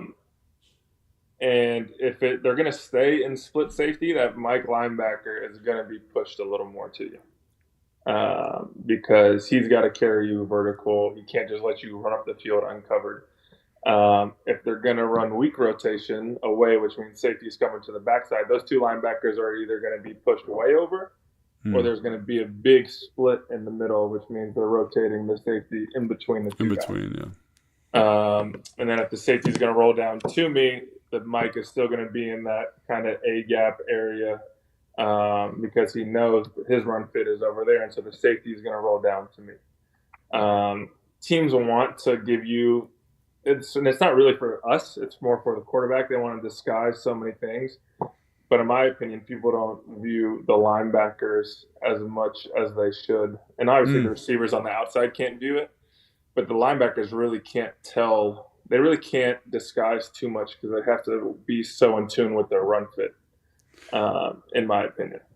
That's interesting. And also they're athletically not quite the same coverage guys. So they have to kind of cheat and manipulate. So in that look, in that split safety look, right? They're not rolling. He's pushed over top. You have a corner. Let's say it's like, post corner concept, right? How are you running that route versus that overhanging safety there? Well, if I have the option to take the middle against middle field open, I'm going to take it in that look, obviously. And so from that point, I already know I have the safety to me beat. So it's really keeping my space away from the backside safety. So I just want to stay nice and thin down the hash, like run a straight line down the hash and do not bend it too far, because at that point you're worried about the backside safety. Sure. And so, obviously the post in the NFL and 3x1 is not the ideal. I'm saying you got the corner. It's like number one's got the post. You have the corner. Like, I don't know what you call it. I call it scissors. Some people call it, I don't know what you call it. Yes, if I had scissors and they were playing some type of shell, I'd want to attack the Mike linebacker, the guy that was pushing to me in quarters or cover two, and make him hold his landmark as far away from my goal as I would want to be. And so you're going to inside stem, right? Inside right stem away. to hold that guy? Yeah, right away. And that's something you see young tight ends do all the time, is they think I got to run away from that leverage player, that Mike. So they kind of take an outside release, and then the Mike closes the window on the corner, right? Yeah. And so I think that's like and it's a subtle thing, right? It's something very, very small, but it creates a ton of separation if you do it correctly. Yeah, and I think that's my whole goal for most routes, is to identify where they do not want me to go, and then attack that from the beginning. Because even if I'm running the out route and the guy has inside leverage, if I just run straight or run out, he's just going to shuffle, and almost just cover me by default. Yeah. Whereas if I can hold his feet square and then make at the very top, then it's who's more athletic, who can get out of their break better. I feel like I'm going to win that matchup every time. Sure. It's when I'm running, if they're already running and I'm going straight and they can just kind of run with me, then they're going to have a chance. So for me, I'm always trying to attack their leverage based on the coverage where they cannot get beat. Is that something that you have to work on, like with your quarterback, to make sure that they see it the same way as you, or is the quarterback just trusting that you're going to win to space and you're going to ensure the space with your stem? Yeah, I think obviously there's some trust, because in a lot of times I'll get very wide and they aren't sure if I'll be able to really get back to the spot where I'm supposed to be. Right. And so they get a little thrown off that they get worried. They see me lose leverage per se. Like say if I want to break on a slant and the guy has outside leverage, I'm not just going to run straight and run a slant because the window is, I don't know where I can, this big. Whereas if I outside stem and break in, the window's about twice as big. Right.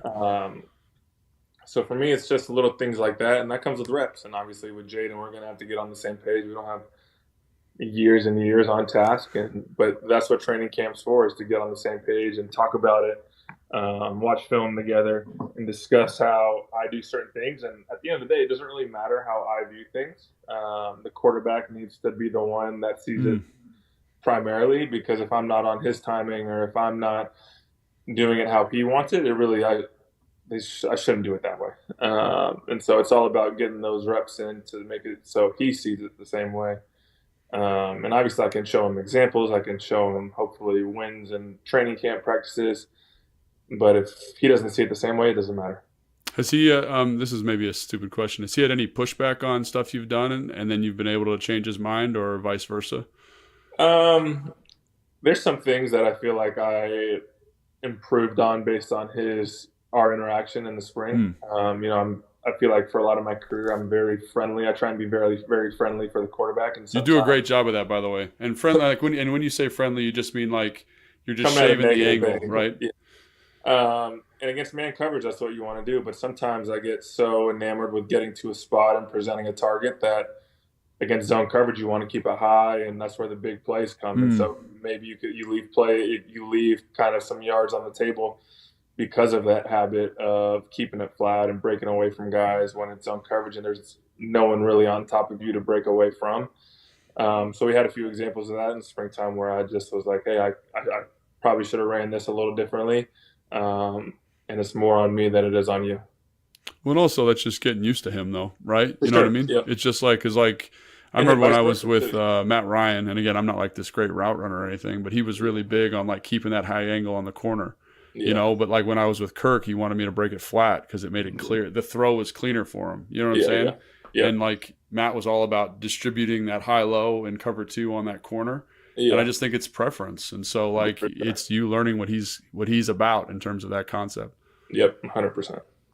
Is this something, Zach, that you've thought this way your entire career since you got out of college, going back to high school, whatever? Or is there a point in your NFL career where you're like, oh, I figured something pretty significant out here and it changed who you were as a player?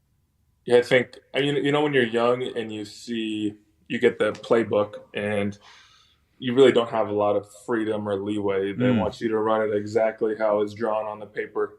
And there's not a lot of freedom in that regard. And I think as you have some success or you see different coverages, you start to experiment a little more, especially in the off-season settings where the coaches aren't worried about their job every Sunday or every single day. And so I feel like my best seasons have come off my best off-seasons because I've been able to get on the same page with the quarterback. I've been able to – the coaches have put me in different spots that maybe they wouldn't have if I wasn't able to show what I was doing in the off-season. And so I think it is something that takes time to kind of develop your style of route running because, like I said, especially for me in particular, when I was young, I wanted to do everything so perfect and overstress that stuff that I just wanted to do whatever the coaches told me to do. And I still obviously do that, but I also have a little more personality to it now. I think you should tell Cliff to buzz off. Just be like, yeah, I got it, Cliff. Don't worry about it. You and your bucket hat. You stay over there. When you talk to a young guy like Sinnott, then, are you like, hey, just worry about what's on paper first. You'll figure it out in the long term? Or how much of this personality and, helping him find his own personality do you encourage him to do in going into his first training camp? Yeah, I think when you're going into your first year, I let a lot of the coaches do a lot of the coaching. I don't want to overwhelm him with things. Obviously, you see so many young players that run a 4.4, 4.5, or whatever it is, and they just get overwhelmed with information, and they just play so slow. And so I tell all these rookies come in and I'm not, like you said, I'm not Vernon Davis, but I feel like every time I'm on the field, I want to show all of my speed. And that's the best. I want to put that on film each and every snap when I run a route. And these guys that come in, they think so much and they just end up playing so much slower. And so my message a lot of the times is don't worry about being perfect right now. Make some mistakes. Just play as fast as you can, and then you can coach off that. Because you can't really coach off someone if he's thinking too much or slow. There's not much to coach then. Yeah, and I think like when you were talking about that, you reminded me of this tight end coach I had, and he had coached Jason Witten, and like there are a lot of similarities between you and Witt from like a understanding coverage standpoint. You know what I'm saying? Yeah. And one of the things that I took away from those conversations was like own the snap count, get into the defense vertically fast, and it doesn't matter if you run a 4.8 if you get off with the receiver. Like there's times where you watch slow tight ends and you pause it, and they're even with the receivers because they're being aggressive to get into the coverage. And I just think that's so important. But also, like, not overwhelming a young guy is extremely important also. So it's a fine line to walk. Do you impart any information to him that is actionable? Or are you like kind of just like if they want to come to you, they come to you? Or do you have like a thing you're like, hey, man, let's look at this for today? I'm more of I want them. I'll help them in the meeting rooms. especially we have a really good tight end coach, David Rye. Yeah. And he'll ask me my opinion. And for me, that's a lot more comforting than to just blurt out kind of my opinions all the time. And if they're going to ask me 100 times in my opinion, I'll give it to them. But that doesn't mean it's going to be right 100 times. Right. It's just my experience. So I try, and there's obviously a fine line in that regard because I've been doing this as my 12th year. So I've seen a lot of coverages and whatnot. But I am an open book, and I tell all the tight ends that. If you have any question, it doesn't matter what time of day, you can text me, you can send a clip from practice that you want me to look at. I will give you my honest opinion in anything and everything you want to. But I find it difficult to just going to guys and telling them how to do certain things. All right, last thing for you, Zach. Totally topic change real quick on the way out.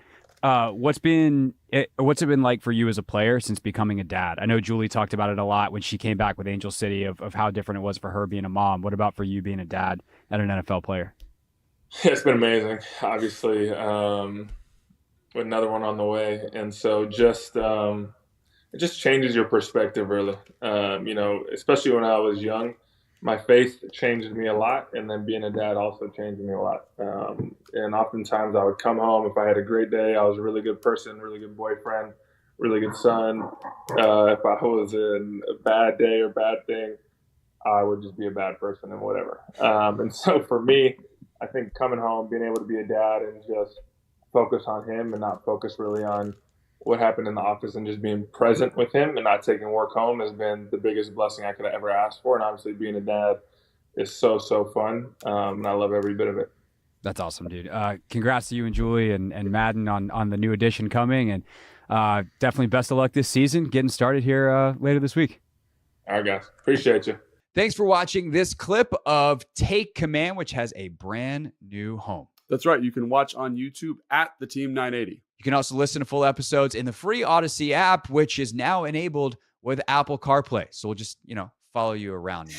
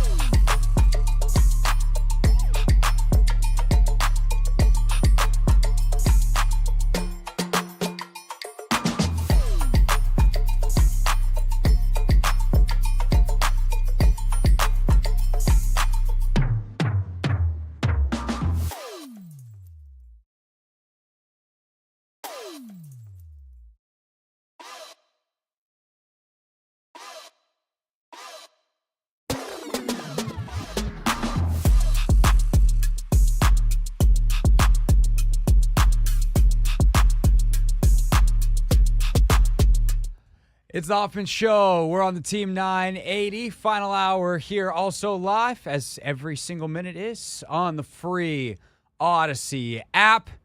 You can stream us on YouTube as well at the Team 980. We've had a heck of a show so far, including revealing number 4 on our most important Commanders of the 2024 season list.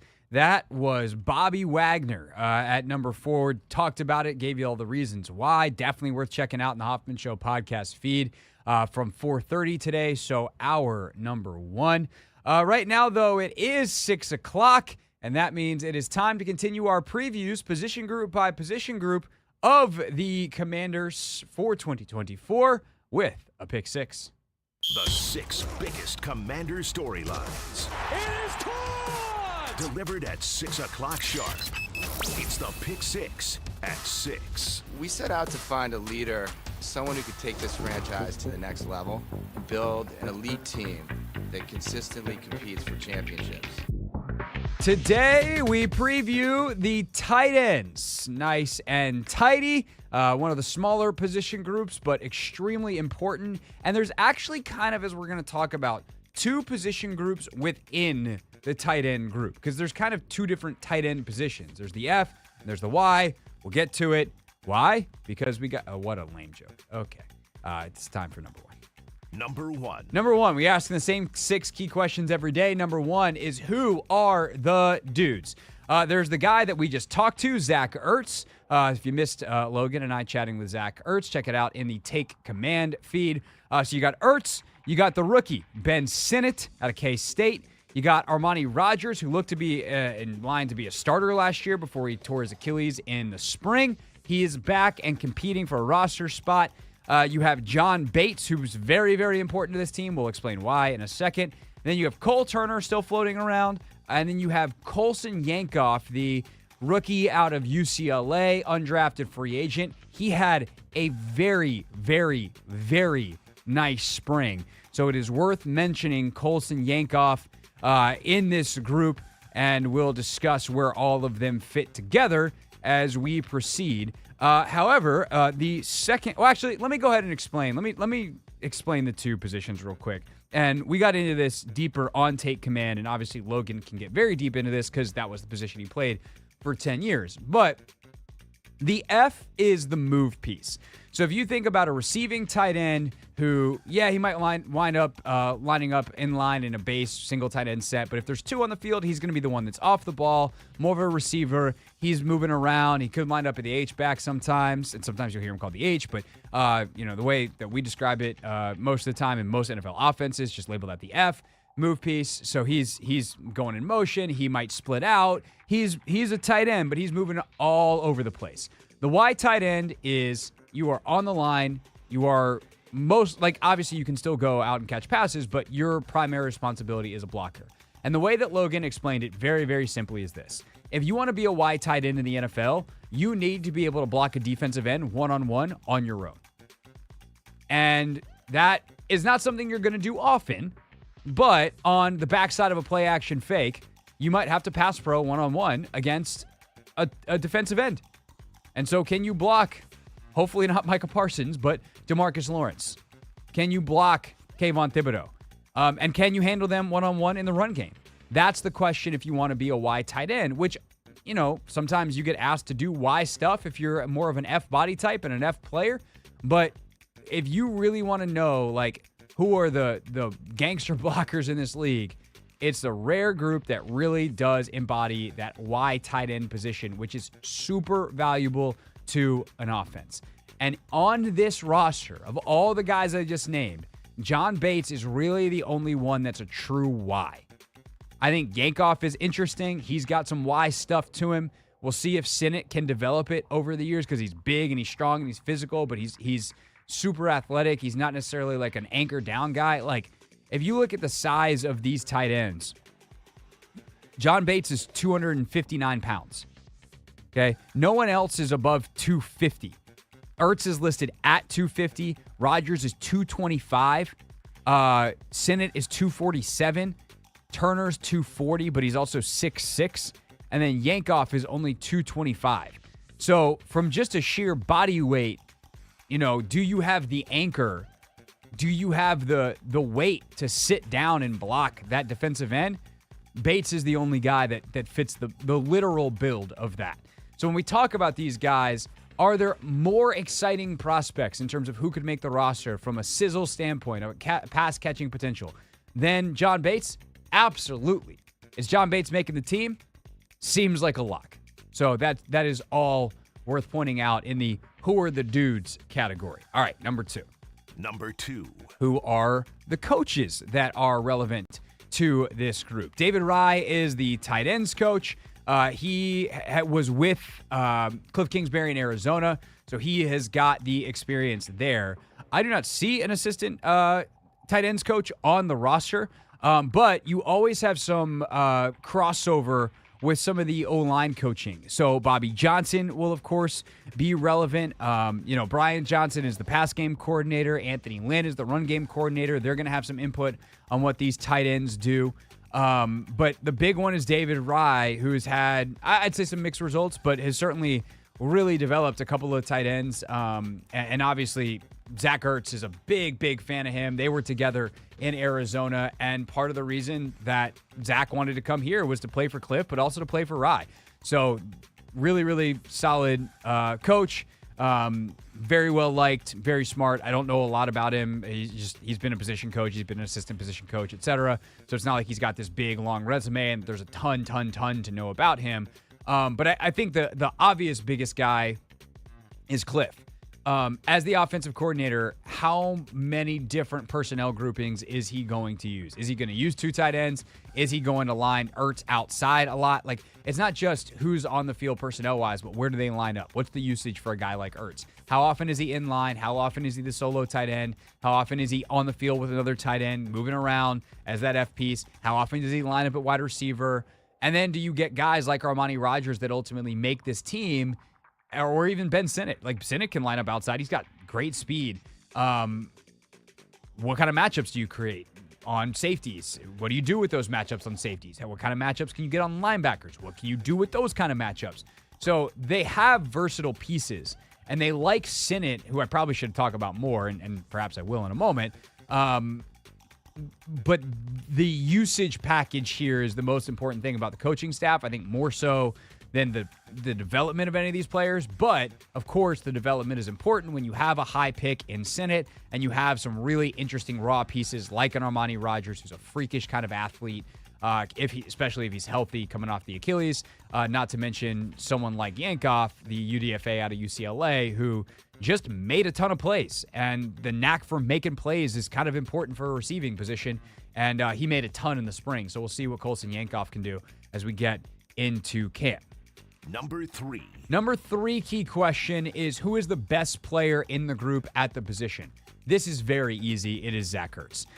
Now, it would be awesome if by the end of the year, Sinnott all of a sudden is a stud. And we've seen some rookie tight ends come in and be really, really effective.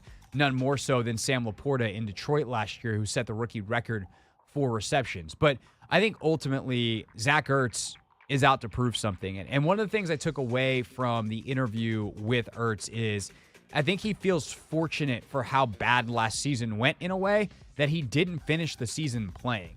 That he was like, I'm good here in Arizona. Y'all can let me go. He was, of course, on Detroit's practice squad in the playoffs, but never wound up getting called up. And thus he finished the offseason, or he entered the offseason, finished the season healthy. And that allowed him to get really, really good work in this offseason. And he said he feels as good coming into the season as he has in years, because a couple of his previous seasons had ended injured. And when you're injured going into an offseason, you spend part of the time that you want to spend on your body getting it primed, ready, and improving, rehabbing, just trying to get back to square zero, nevertheless making steps. And so at this point in his career, is Zach Ertz going to make a lot of steps? No. He's trying to just maximize his athleticism. He's on the decline athletically, because that's what happens when you're on the side of 30 that we're on. I will say that we're on. I know it all too well. But you can absolutely continue to learn new tricks. You can get your body to a place where it performs at a high level every single day. And he's obviously got tremendous resources to do that. And I think Ertz is still a guy that could catch 50, 60, 70. I mean, if you wanted to, 70 balls. I don't know if that's what this offense is at its best at, but a guy that you can trust to get open. As Logan is fond of saying, he understands the dark arts of route running, and you absolutely can count on him in key situations to still get it done for you. So Zach Ertz, best player in the group. Number 4. The wild card is Sinnott. Number 4 is always who's the wild card of the group, who's the player that could most elevate the group if he turns out to be great. And while a guy like Colson Yankoff and some of these third tight ends, Armani Rogers, are very interesting because they have playmaking ability and who knows if they even make the roster, Sinnott's a second-round pick who's going to play a lot. And because of his versatility and because he can be used in this George Kittle, Kyle Juszczyk kind of way where he moves around, he gives you a lot of options offensively. Like if you break the huddle in 2 tight end, 2 receivers with Ertz and Sinnott on the field, you can either come out with Sinnott lined up at fullback and Ertz lined up at tight end, and you're in a heavy run formation, and you don't have to change personnel in the very next snap. You're in spread. And especially if the back is Eckler, honestly, Robinson has lined up quite a bit outside in the last couple of years in camp. We'll see if he does it in the games this year, but you could line up in 5 wide with that same exact personnel on the field that is either a power formation or a spread formation. And Cliff will do that stuff. And so Sinnott's ability to execute multiple roles is the game changer. Of course, you wanted to be a good route runner. You wanted to learn from Ertz. You wanted to learn how to get open. You wanted to develop synergy with Jaden Daniels because you hope that that's a connection that is going to be playing for the Commanders for a long, long time. But in the short term, the weapon he can be with his versatility allows you to create advantages and matchups in all kinds of different ways. He is a tremendous wild card type player. So Ben Sinnott is the wild card of the tight end room. Number 5. Number 5 is a question that I don't know because Anthony Haney comes up with a unique question for each position group. And thus, we bring in the super producer now. Anthony, what is your question for the tight ends? My question for the tight ends is how involved, or I guess, what percentage of the target share, or how involved do you think the tight ends are going to be for this kind of offense? I looked at some numbers from back then. So Cliff's first season in Arizona, he didn't target the tight end that much. They only got 10% of the targets. Fast forward a year later, 66% of the targets. 66 targets, 11% of the targets. 66 feels like a lot. Yeah, it was. But then Zach Ertz, first year there, he only played 11 games. He ended up helping generate more than 20% of the target. So just on what scale would you say, how involved do you think these tight ends are going to be for this offense? One thing I'll add about the Ertz time in Arizona is that also is when Trey McBride got drafted, who's developed into quite a player and had a really, really solid start with Cliff and David Rye in Arizona. And so I think you look at Ertz and Sinnott as a similar type of duo where they can, those guys are somewhat interchangeable. Obviously, if you need someone to anchor down and block their face off, John Bates is your guy. But Sinnott's big enough, Ertz is big enough that you can do some stuff with them where you might hang them out to dry on a certain protection at some point where that's fairly low risk, ask them to block a defensive end with Jaden Daniels, bootlegging away from them or something in order to be able to slip that guy out later and set something up. Long story short, I think those guys will get pretty decent run. I also think that the receiver depth is going to matter a ton here. And I don't know, they have 9 dudes that can make the roster. I don't know which of them is the best, and I also don't know how many of them are going to play. I think Olamide Zaccheaus is probably going to make the team, but would you rather have him or Sinnott out there? Would you rather have him or Ertz out there? These are the questions that Cliff is going to ask with his 5 eligible receivers, snap in and snap out. And so I do think this team sets up to let some tight end heavy formations be out there, some tight end heavy personnel be out there a pretty decent amount. I think a tight end is always a quarterback's best friend, especially a young quarterback's best friend. My only kind of circle back off of that is Jaden in college, obviously his best friends were on the outside. So he has been used to throwing outside the numbers. And I would imagine that there's a lot of stuff they designed to let him do that he does really well. Ultimately, it probably comes in around 20 to 25%. So if you think of like it should be 20 in that you have 5 eligibles and it's 1 tight end on most plays. Yeah, I'll say somewhere around between 20 and 25% is probably about right. Yeah, I was mainly just curious just because, again, the point you just made about a tight end being a quarterback's, best friend, especially a young quarterback, and essentially, can be their security blanket. And when you have a guy like a Zach Ertz who's, very capable of getting open and routing people up, I just think that just helps and adds to, aid that young quarterback. For sure. And I think my question is, on a it's 3rd and 8. Got to have it. What's the call? Are you who are you isolating to try to be like, hey, we got to route somebody up? Is it Terry? Are we trying to get Terry on a box fade? Are we trying to get Terry on a comeback? Are we trying to get Terry on a choice route? Are we trying to get Jahan in that situation because we trust his feet? You get him in a stack where he doesn't have to necessarily fight someone off with his hands and he can do the Jahan route running, double stick stuff. Or are you just being like, we're pretty sure Zach Ertz is going to win. Let's get him on a choice route and button that up and get the first down, keep it moving. So I think that's going to be the really interesting question. And then the other thing that's going to affect the targets on some of these easy throws is I actually don't know enough about Cliff's offense, and he might change it. Like, is the safety blanket in this offense the tight end, the check down, the easy stuff? Or is it like, hey, check it down to your running back? Or do they just tell Jaden, hey, man, bleep a check down, run? Yeah. So, there's a lot of things that we don't know that I think are going to be interesting. My guess is a lot of it's like, hey, just, hit Ertz, hit the check down, keep it moving. But obviously it's going to depend on the play. Sometimes your running back is. Sometimes you got a receiver that hangs out in the flat. Like, we'll see what Cliff does. All right, last but not least. Number 6. Who makes the team? This is always our final question in our Pick 6 previews. And I think they will probably wind up with 4 here. I have more faith in them keeping 4 and someone emerging than maybe some of these other position groups. And also, at the running back position, there's a couple UDFAs that we didn't mention that had a pretty good camp in the spring. And if those guys, play well, pretty easy to get them to practice squad. Nobody signs someone else's running backs because every team has their own stable. So you can afford to go for 3 and have someone on the practice squad, need to call them up on game day, sick. I'd rather keep a 4th tight end that someone else might scoop up, or a 5th linebacker that someone else might scoop up. So I'm going to go with 4. Ertz, Sinnott, Bates for the reasons that I've already mentioned. And screw it, I'm taking the Logan Paulsen flyer. He loves this Colson Yankoff kid. Maybe because they both went to UCLA. But he was making plays all over the freaking place in camp. You just kept looking at your roster going, who's 41? That dude. Colson Yankoff, 4th tight end. What's up?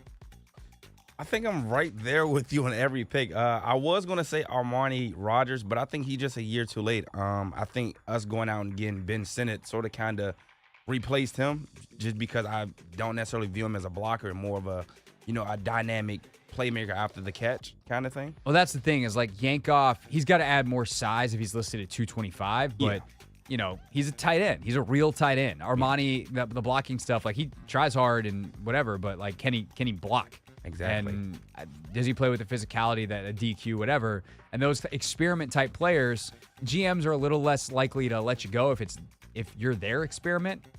Converted quarterback. Yeah. I mean, look, he plays fast. And that speed might still make him on the team. But Yankoff made plays in the spring. Playmakers make teams. And so even if they can probably still get him to practice squad, and we'll have to see once we do a 53, which I think we're going to do tomorrow, how it all fits out. But I'm going to say 4 for right now. I'm going to say Yankoff makes the team. All right, that is our tight end group preview. Tomorrow, what do we have left, Anthony? We have receivers. We have quarterbacks. Yep. What's tomorrow? Safeties? Safeties. Safeties. So tomorrow, 6 p.m., safeties. See you there. When we get back, we will wrap up everything else that you need to know from the Dan Quinn and Adam Peters press conference, as are heard earlier today here on the Team 980.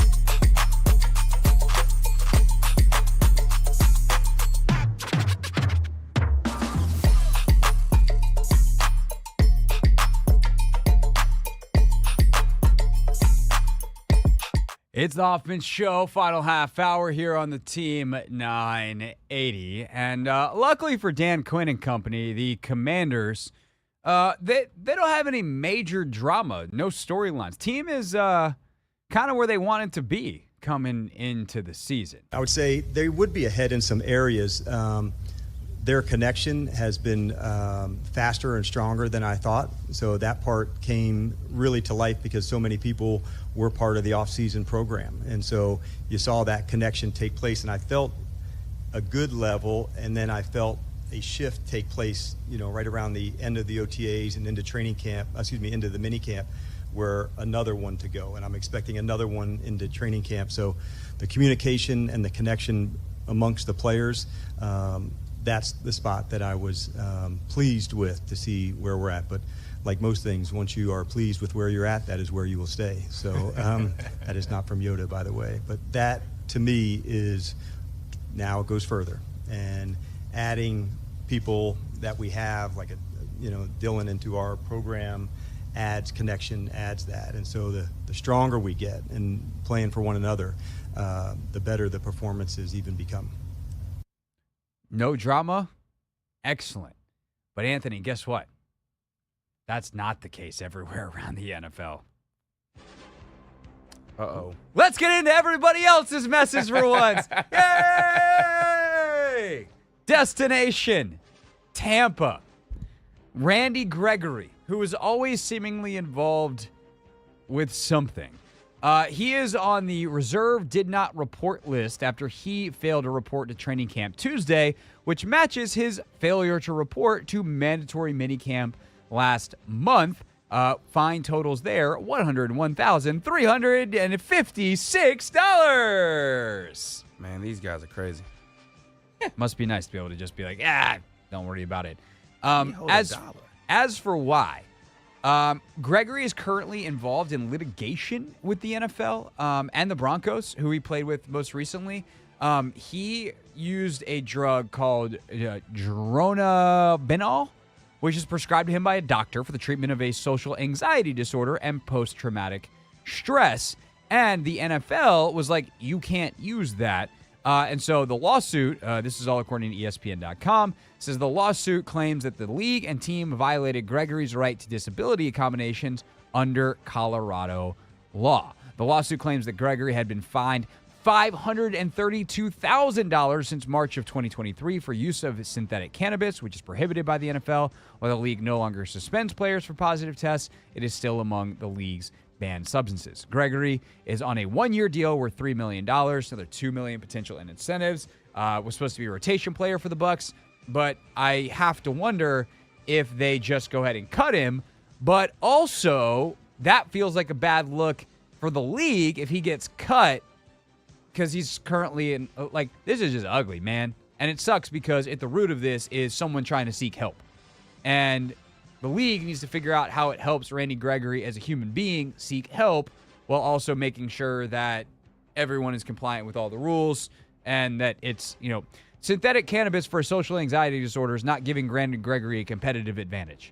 It's allowing him to function as a human being. And let's get that figured out. So that's messy in real life ways, Ann. Not something we don't have to deal with. Yeah. Thank God. Guys getting raises. Let's start in Cleveland, where Amari Cooper gets a $5 million raise. The Browns wide receiver gets a $20 million guarantee. That is what's left on the final year of his contract. Source telling ESPN.com's Adam Schefter. Of course, he signed a 5-year, $100 million deal in 2020 as a member of the Cowboys. And they are giving some of that money in the form of a signing bonus, so he gets it right now. So Amari Cooper, all set in Cleveland. And by the way, a lot of contract stuff happens this time of year. One, because it's a deadline. But two, also, they'll tell guys, go on vacation. When we get back together for training camp, we'll work it out. So you see all the time deals get done when guys report. It's like, hey, we've been working on this. What do you think of this? I like it. Cool. Or it's what I asked for. Sick. Let's sign the paperwork. It gets done. I've seen this here in Washington. I remember one year Colt McCoy signed a deal that we all found out about as he was practicing, which was fun. on the first day. Then it's like, hey, can we talk to Colt after practice?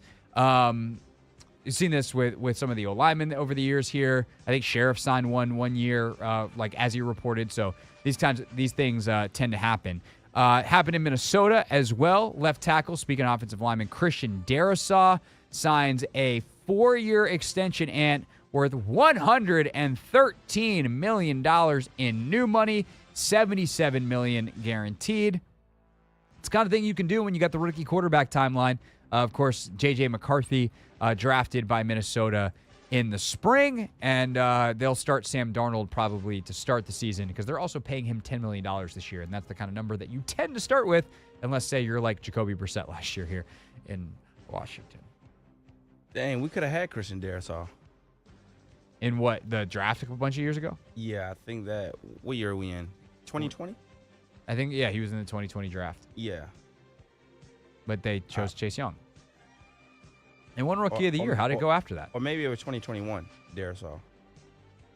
You might be right. I think 21. Yeah, 21 because he was in the year with Jamin Davis. That's right. Yeah. 21. Whoops. Missed out, man. Good Whoops. job. Whoops on that one. Ron and crew. By the way, Ron was on Schefter's podcast today. Oh, man. And let's just say I didn't feel the need to play any of the clips where he talked about anything. Yeah. I don't get why people still want his opinion on stuff. Yeah. All due respect. Well, he was close to the situation, so that's probably why. Well, it's like, oh, he's playing, or I would have taken Jaden Daniels. I get why people are asking, kind of, and like he's been around the league a long time. Like Yeah. Ron doesn't know nothing. But just like relitigating what happened here, I'm actually not that interested in because he can talk about with hindsight this and that, whatever. It doesn't matter. Like the job is to do it in real time. Anyway, I don't need to go on a Ron Rivera rant. What am I doing? Other drama / things getting done around the NFL. Matthew Stafford reported to camp today a little bit later than was anticipated because they were working out the final details of a new deal for him. Reading from Sarah Barshop on ESPN.com, Stafford was due a $31 million base salary this year on the 4-year, $160 million deal that he signed with the Rams in 2022. He has 3 years remaining on the contract, but only 15 of his $27 million was guaranteed next year, and none of the 2026 salary, which is $26 million, was guaranteed. As of the reporting of this, we still don't know the details of exactly what got adjusted and what got done. My guess is at least the number for next year got guaranteed, and maybe 26 becomes a partial guarantee. But you just say, like, hey, we'll guarantee this. We're at this point in your deal. Maybe they convert some of it to signing bonus, and that gets Stafford more cash now while also spreading out the cap hit for the team. So they made some kind of adjustment to the contract, and that was good enough for Matthew Stafford to be like, okay, I'm in. I'm good. Let's go. So those are the guys that did report. As for the didn't report club, how about Hassan Reddick doesn't report to Jets camp? They traded for him 4 months ago, and now they're in a contract dispute. His hardline stance will cost him $50,000 per day, the mandatory fine under the CBA. By rule, the fine can't be waived. He's entering the final year of a 3-year, $45 million contract and due to make a non-guaranteed $14.25 million in base, another $500,000 in incentives. The Jets inherited, of course, that contract from Philly. So, yeah, that apparently they were surprised when Reddick skipped the offseason, and it's a very Jetsian mess, Anthony. Shocker. The Jets, unaware of what they're doing, are having an issue with the player because they didn't seem to communicate very well. It's almost like this happens every year with the Jets, with multiple. What are they doing? I don't understand trading for a player and not signing him or extending him. Like, I just don't get it at all. Like, and also you move off a guy in Bryce Huff, you know, who was super productive with you. Younger and didn't cost that much more? Nope. So, yeah, that I don't know what they're doing up there in New York, but it is a Jets-like, you know, thing for them to do. In fairness to you, Anthony, neither do they. I appreciate that, Greg. When in life, the Jets be Jetson, and Just means the clock is ticking. Yeah. Bad stuff. Not good. That's a look around the NFL. All of the drama that we're not having to deal with. We'll see what pops up as Commander Camp goes, but hopefully nothing. Tomorrow on the show, don't forget, we'll have been there. Anthony and I going out to practice tomorrow. We should have an interview with a player from post-practice. We'll have, obviously, our observations. We'll continue our previews. Safety preview at 6 o'clock. We will reveal number 3 on our most important commanders of the season at 4:30. We'll probably talk to one of the beat reporters as well, whether we do that live at 5, let the day play out, let them go comb through all of their notes, or we just tape something after practice in person out there in Ashburn. So it'll be stacked Commander show as training camp gets going tomorrow here on the Team 980. When we get back, we wrap up this here edition of the Hoffman Show with the best thing from the show today and real things real people said into real microphones.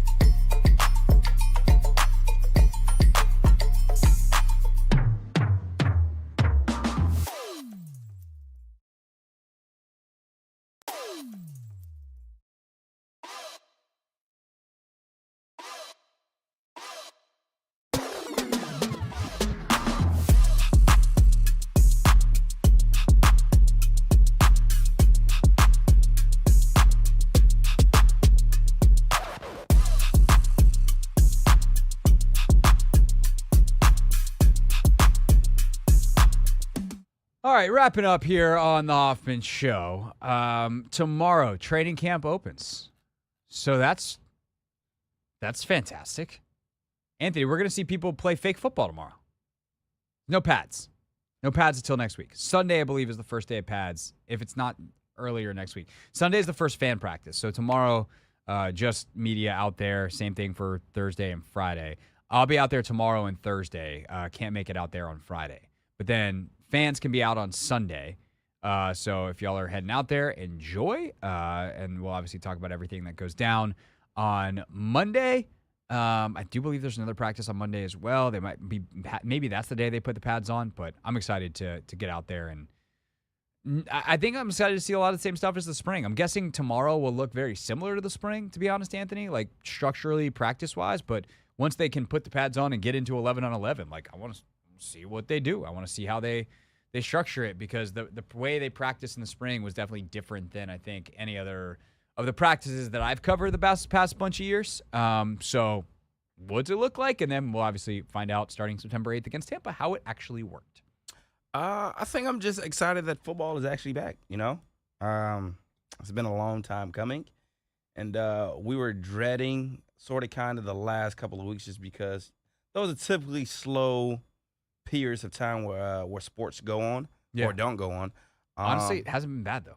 It has not been. I feel like we bad. had some of our best shows the last 3 weeks. It's been good. But we actually have football to go along with everything else. Well, that's the thing now is, like, in some ways I wish that the stuff that's been happening just keep going. Because now we just could talk about practice and there's no actual games. But I guess practice is better than nothing. Yeah. So we'll take it. Just remember, tomorrow there's going to be a practice. And it's the first practice.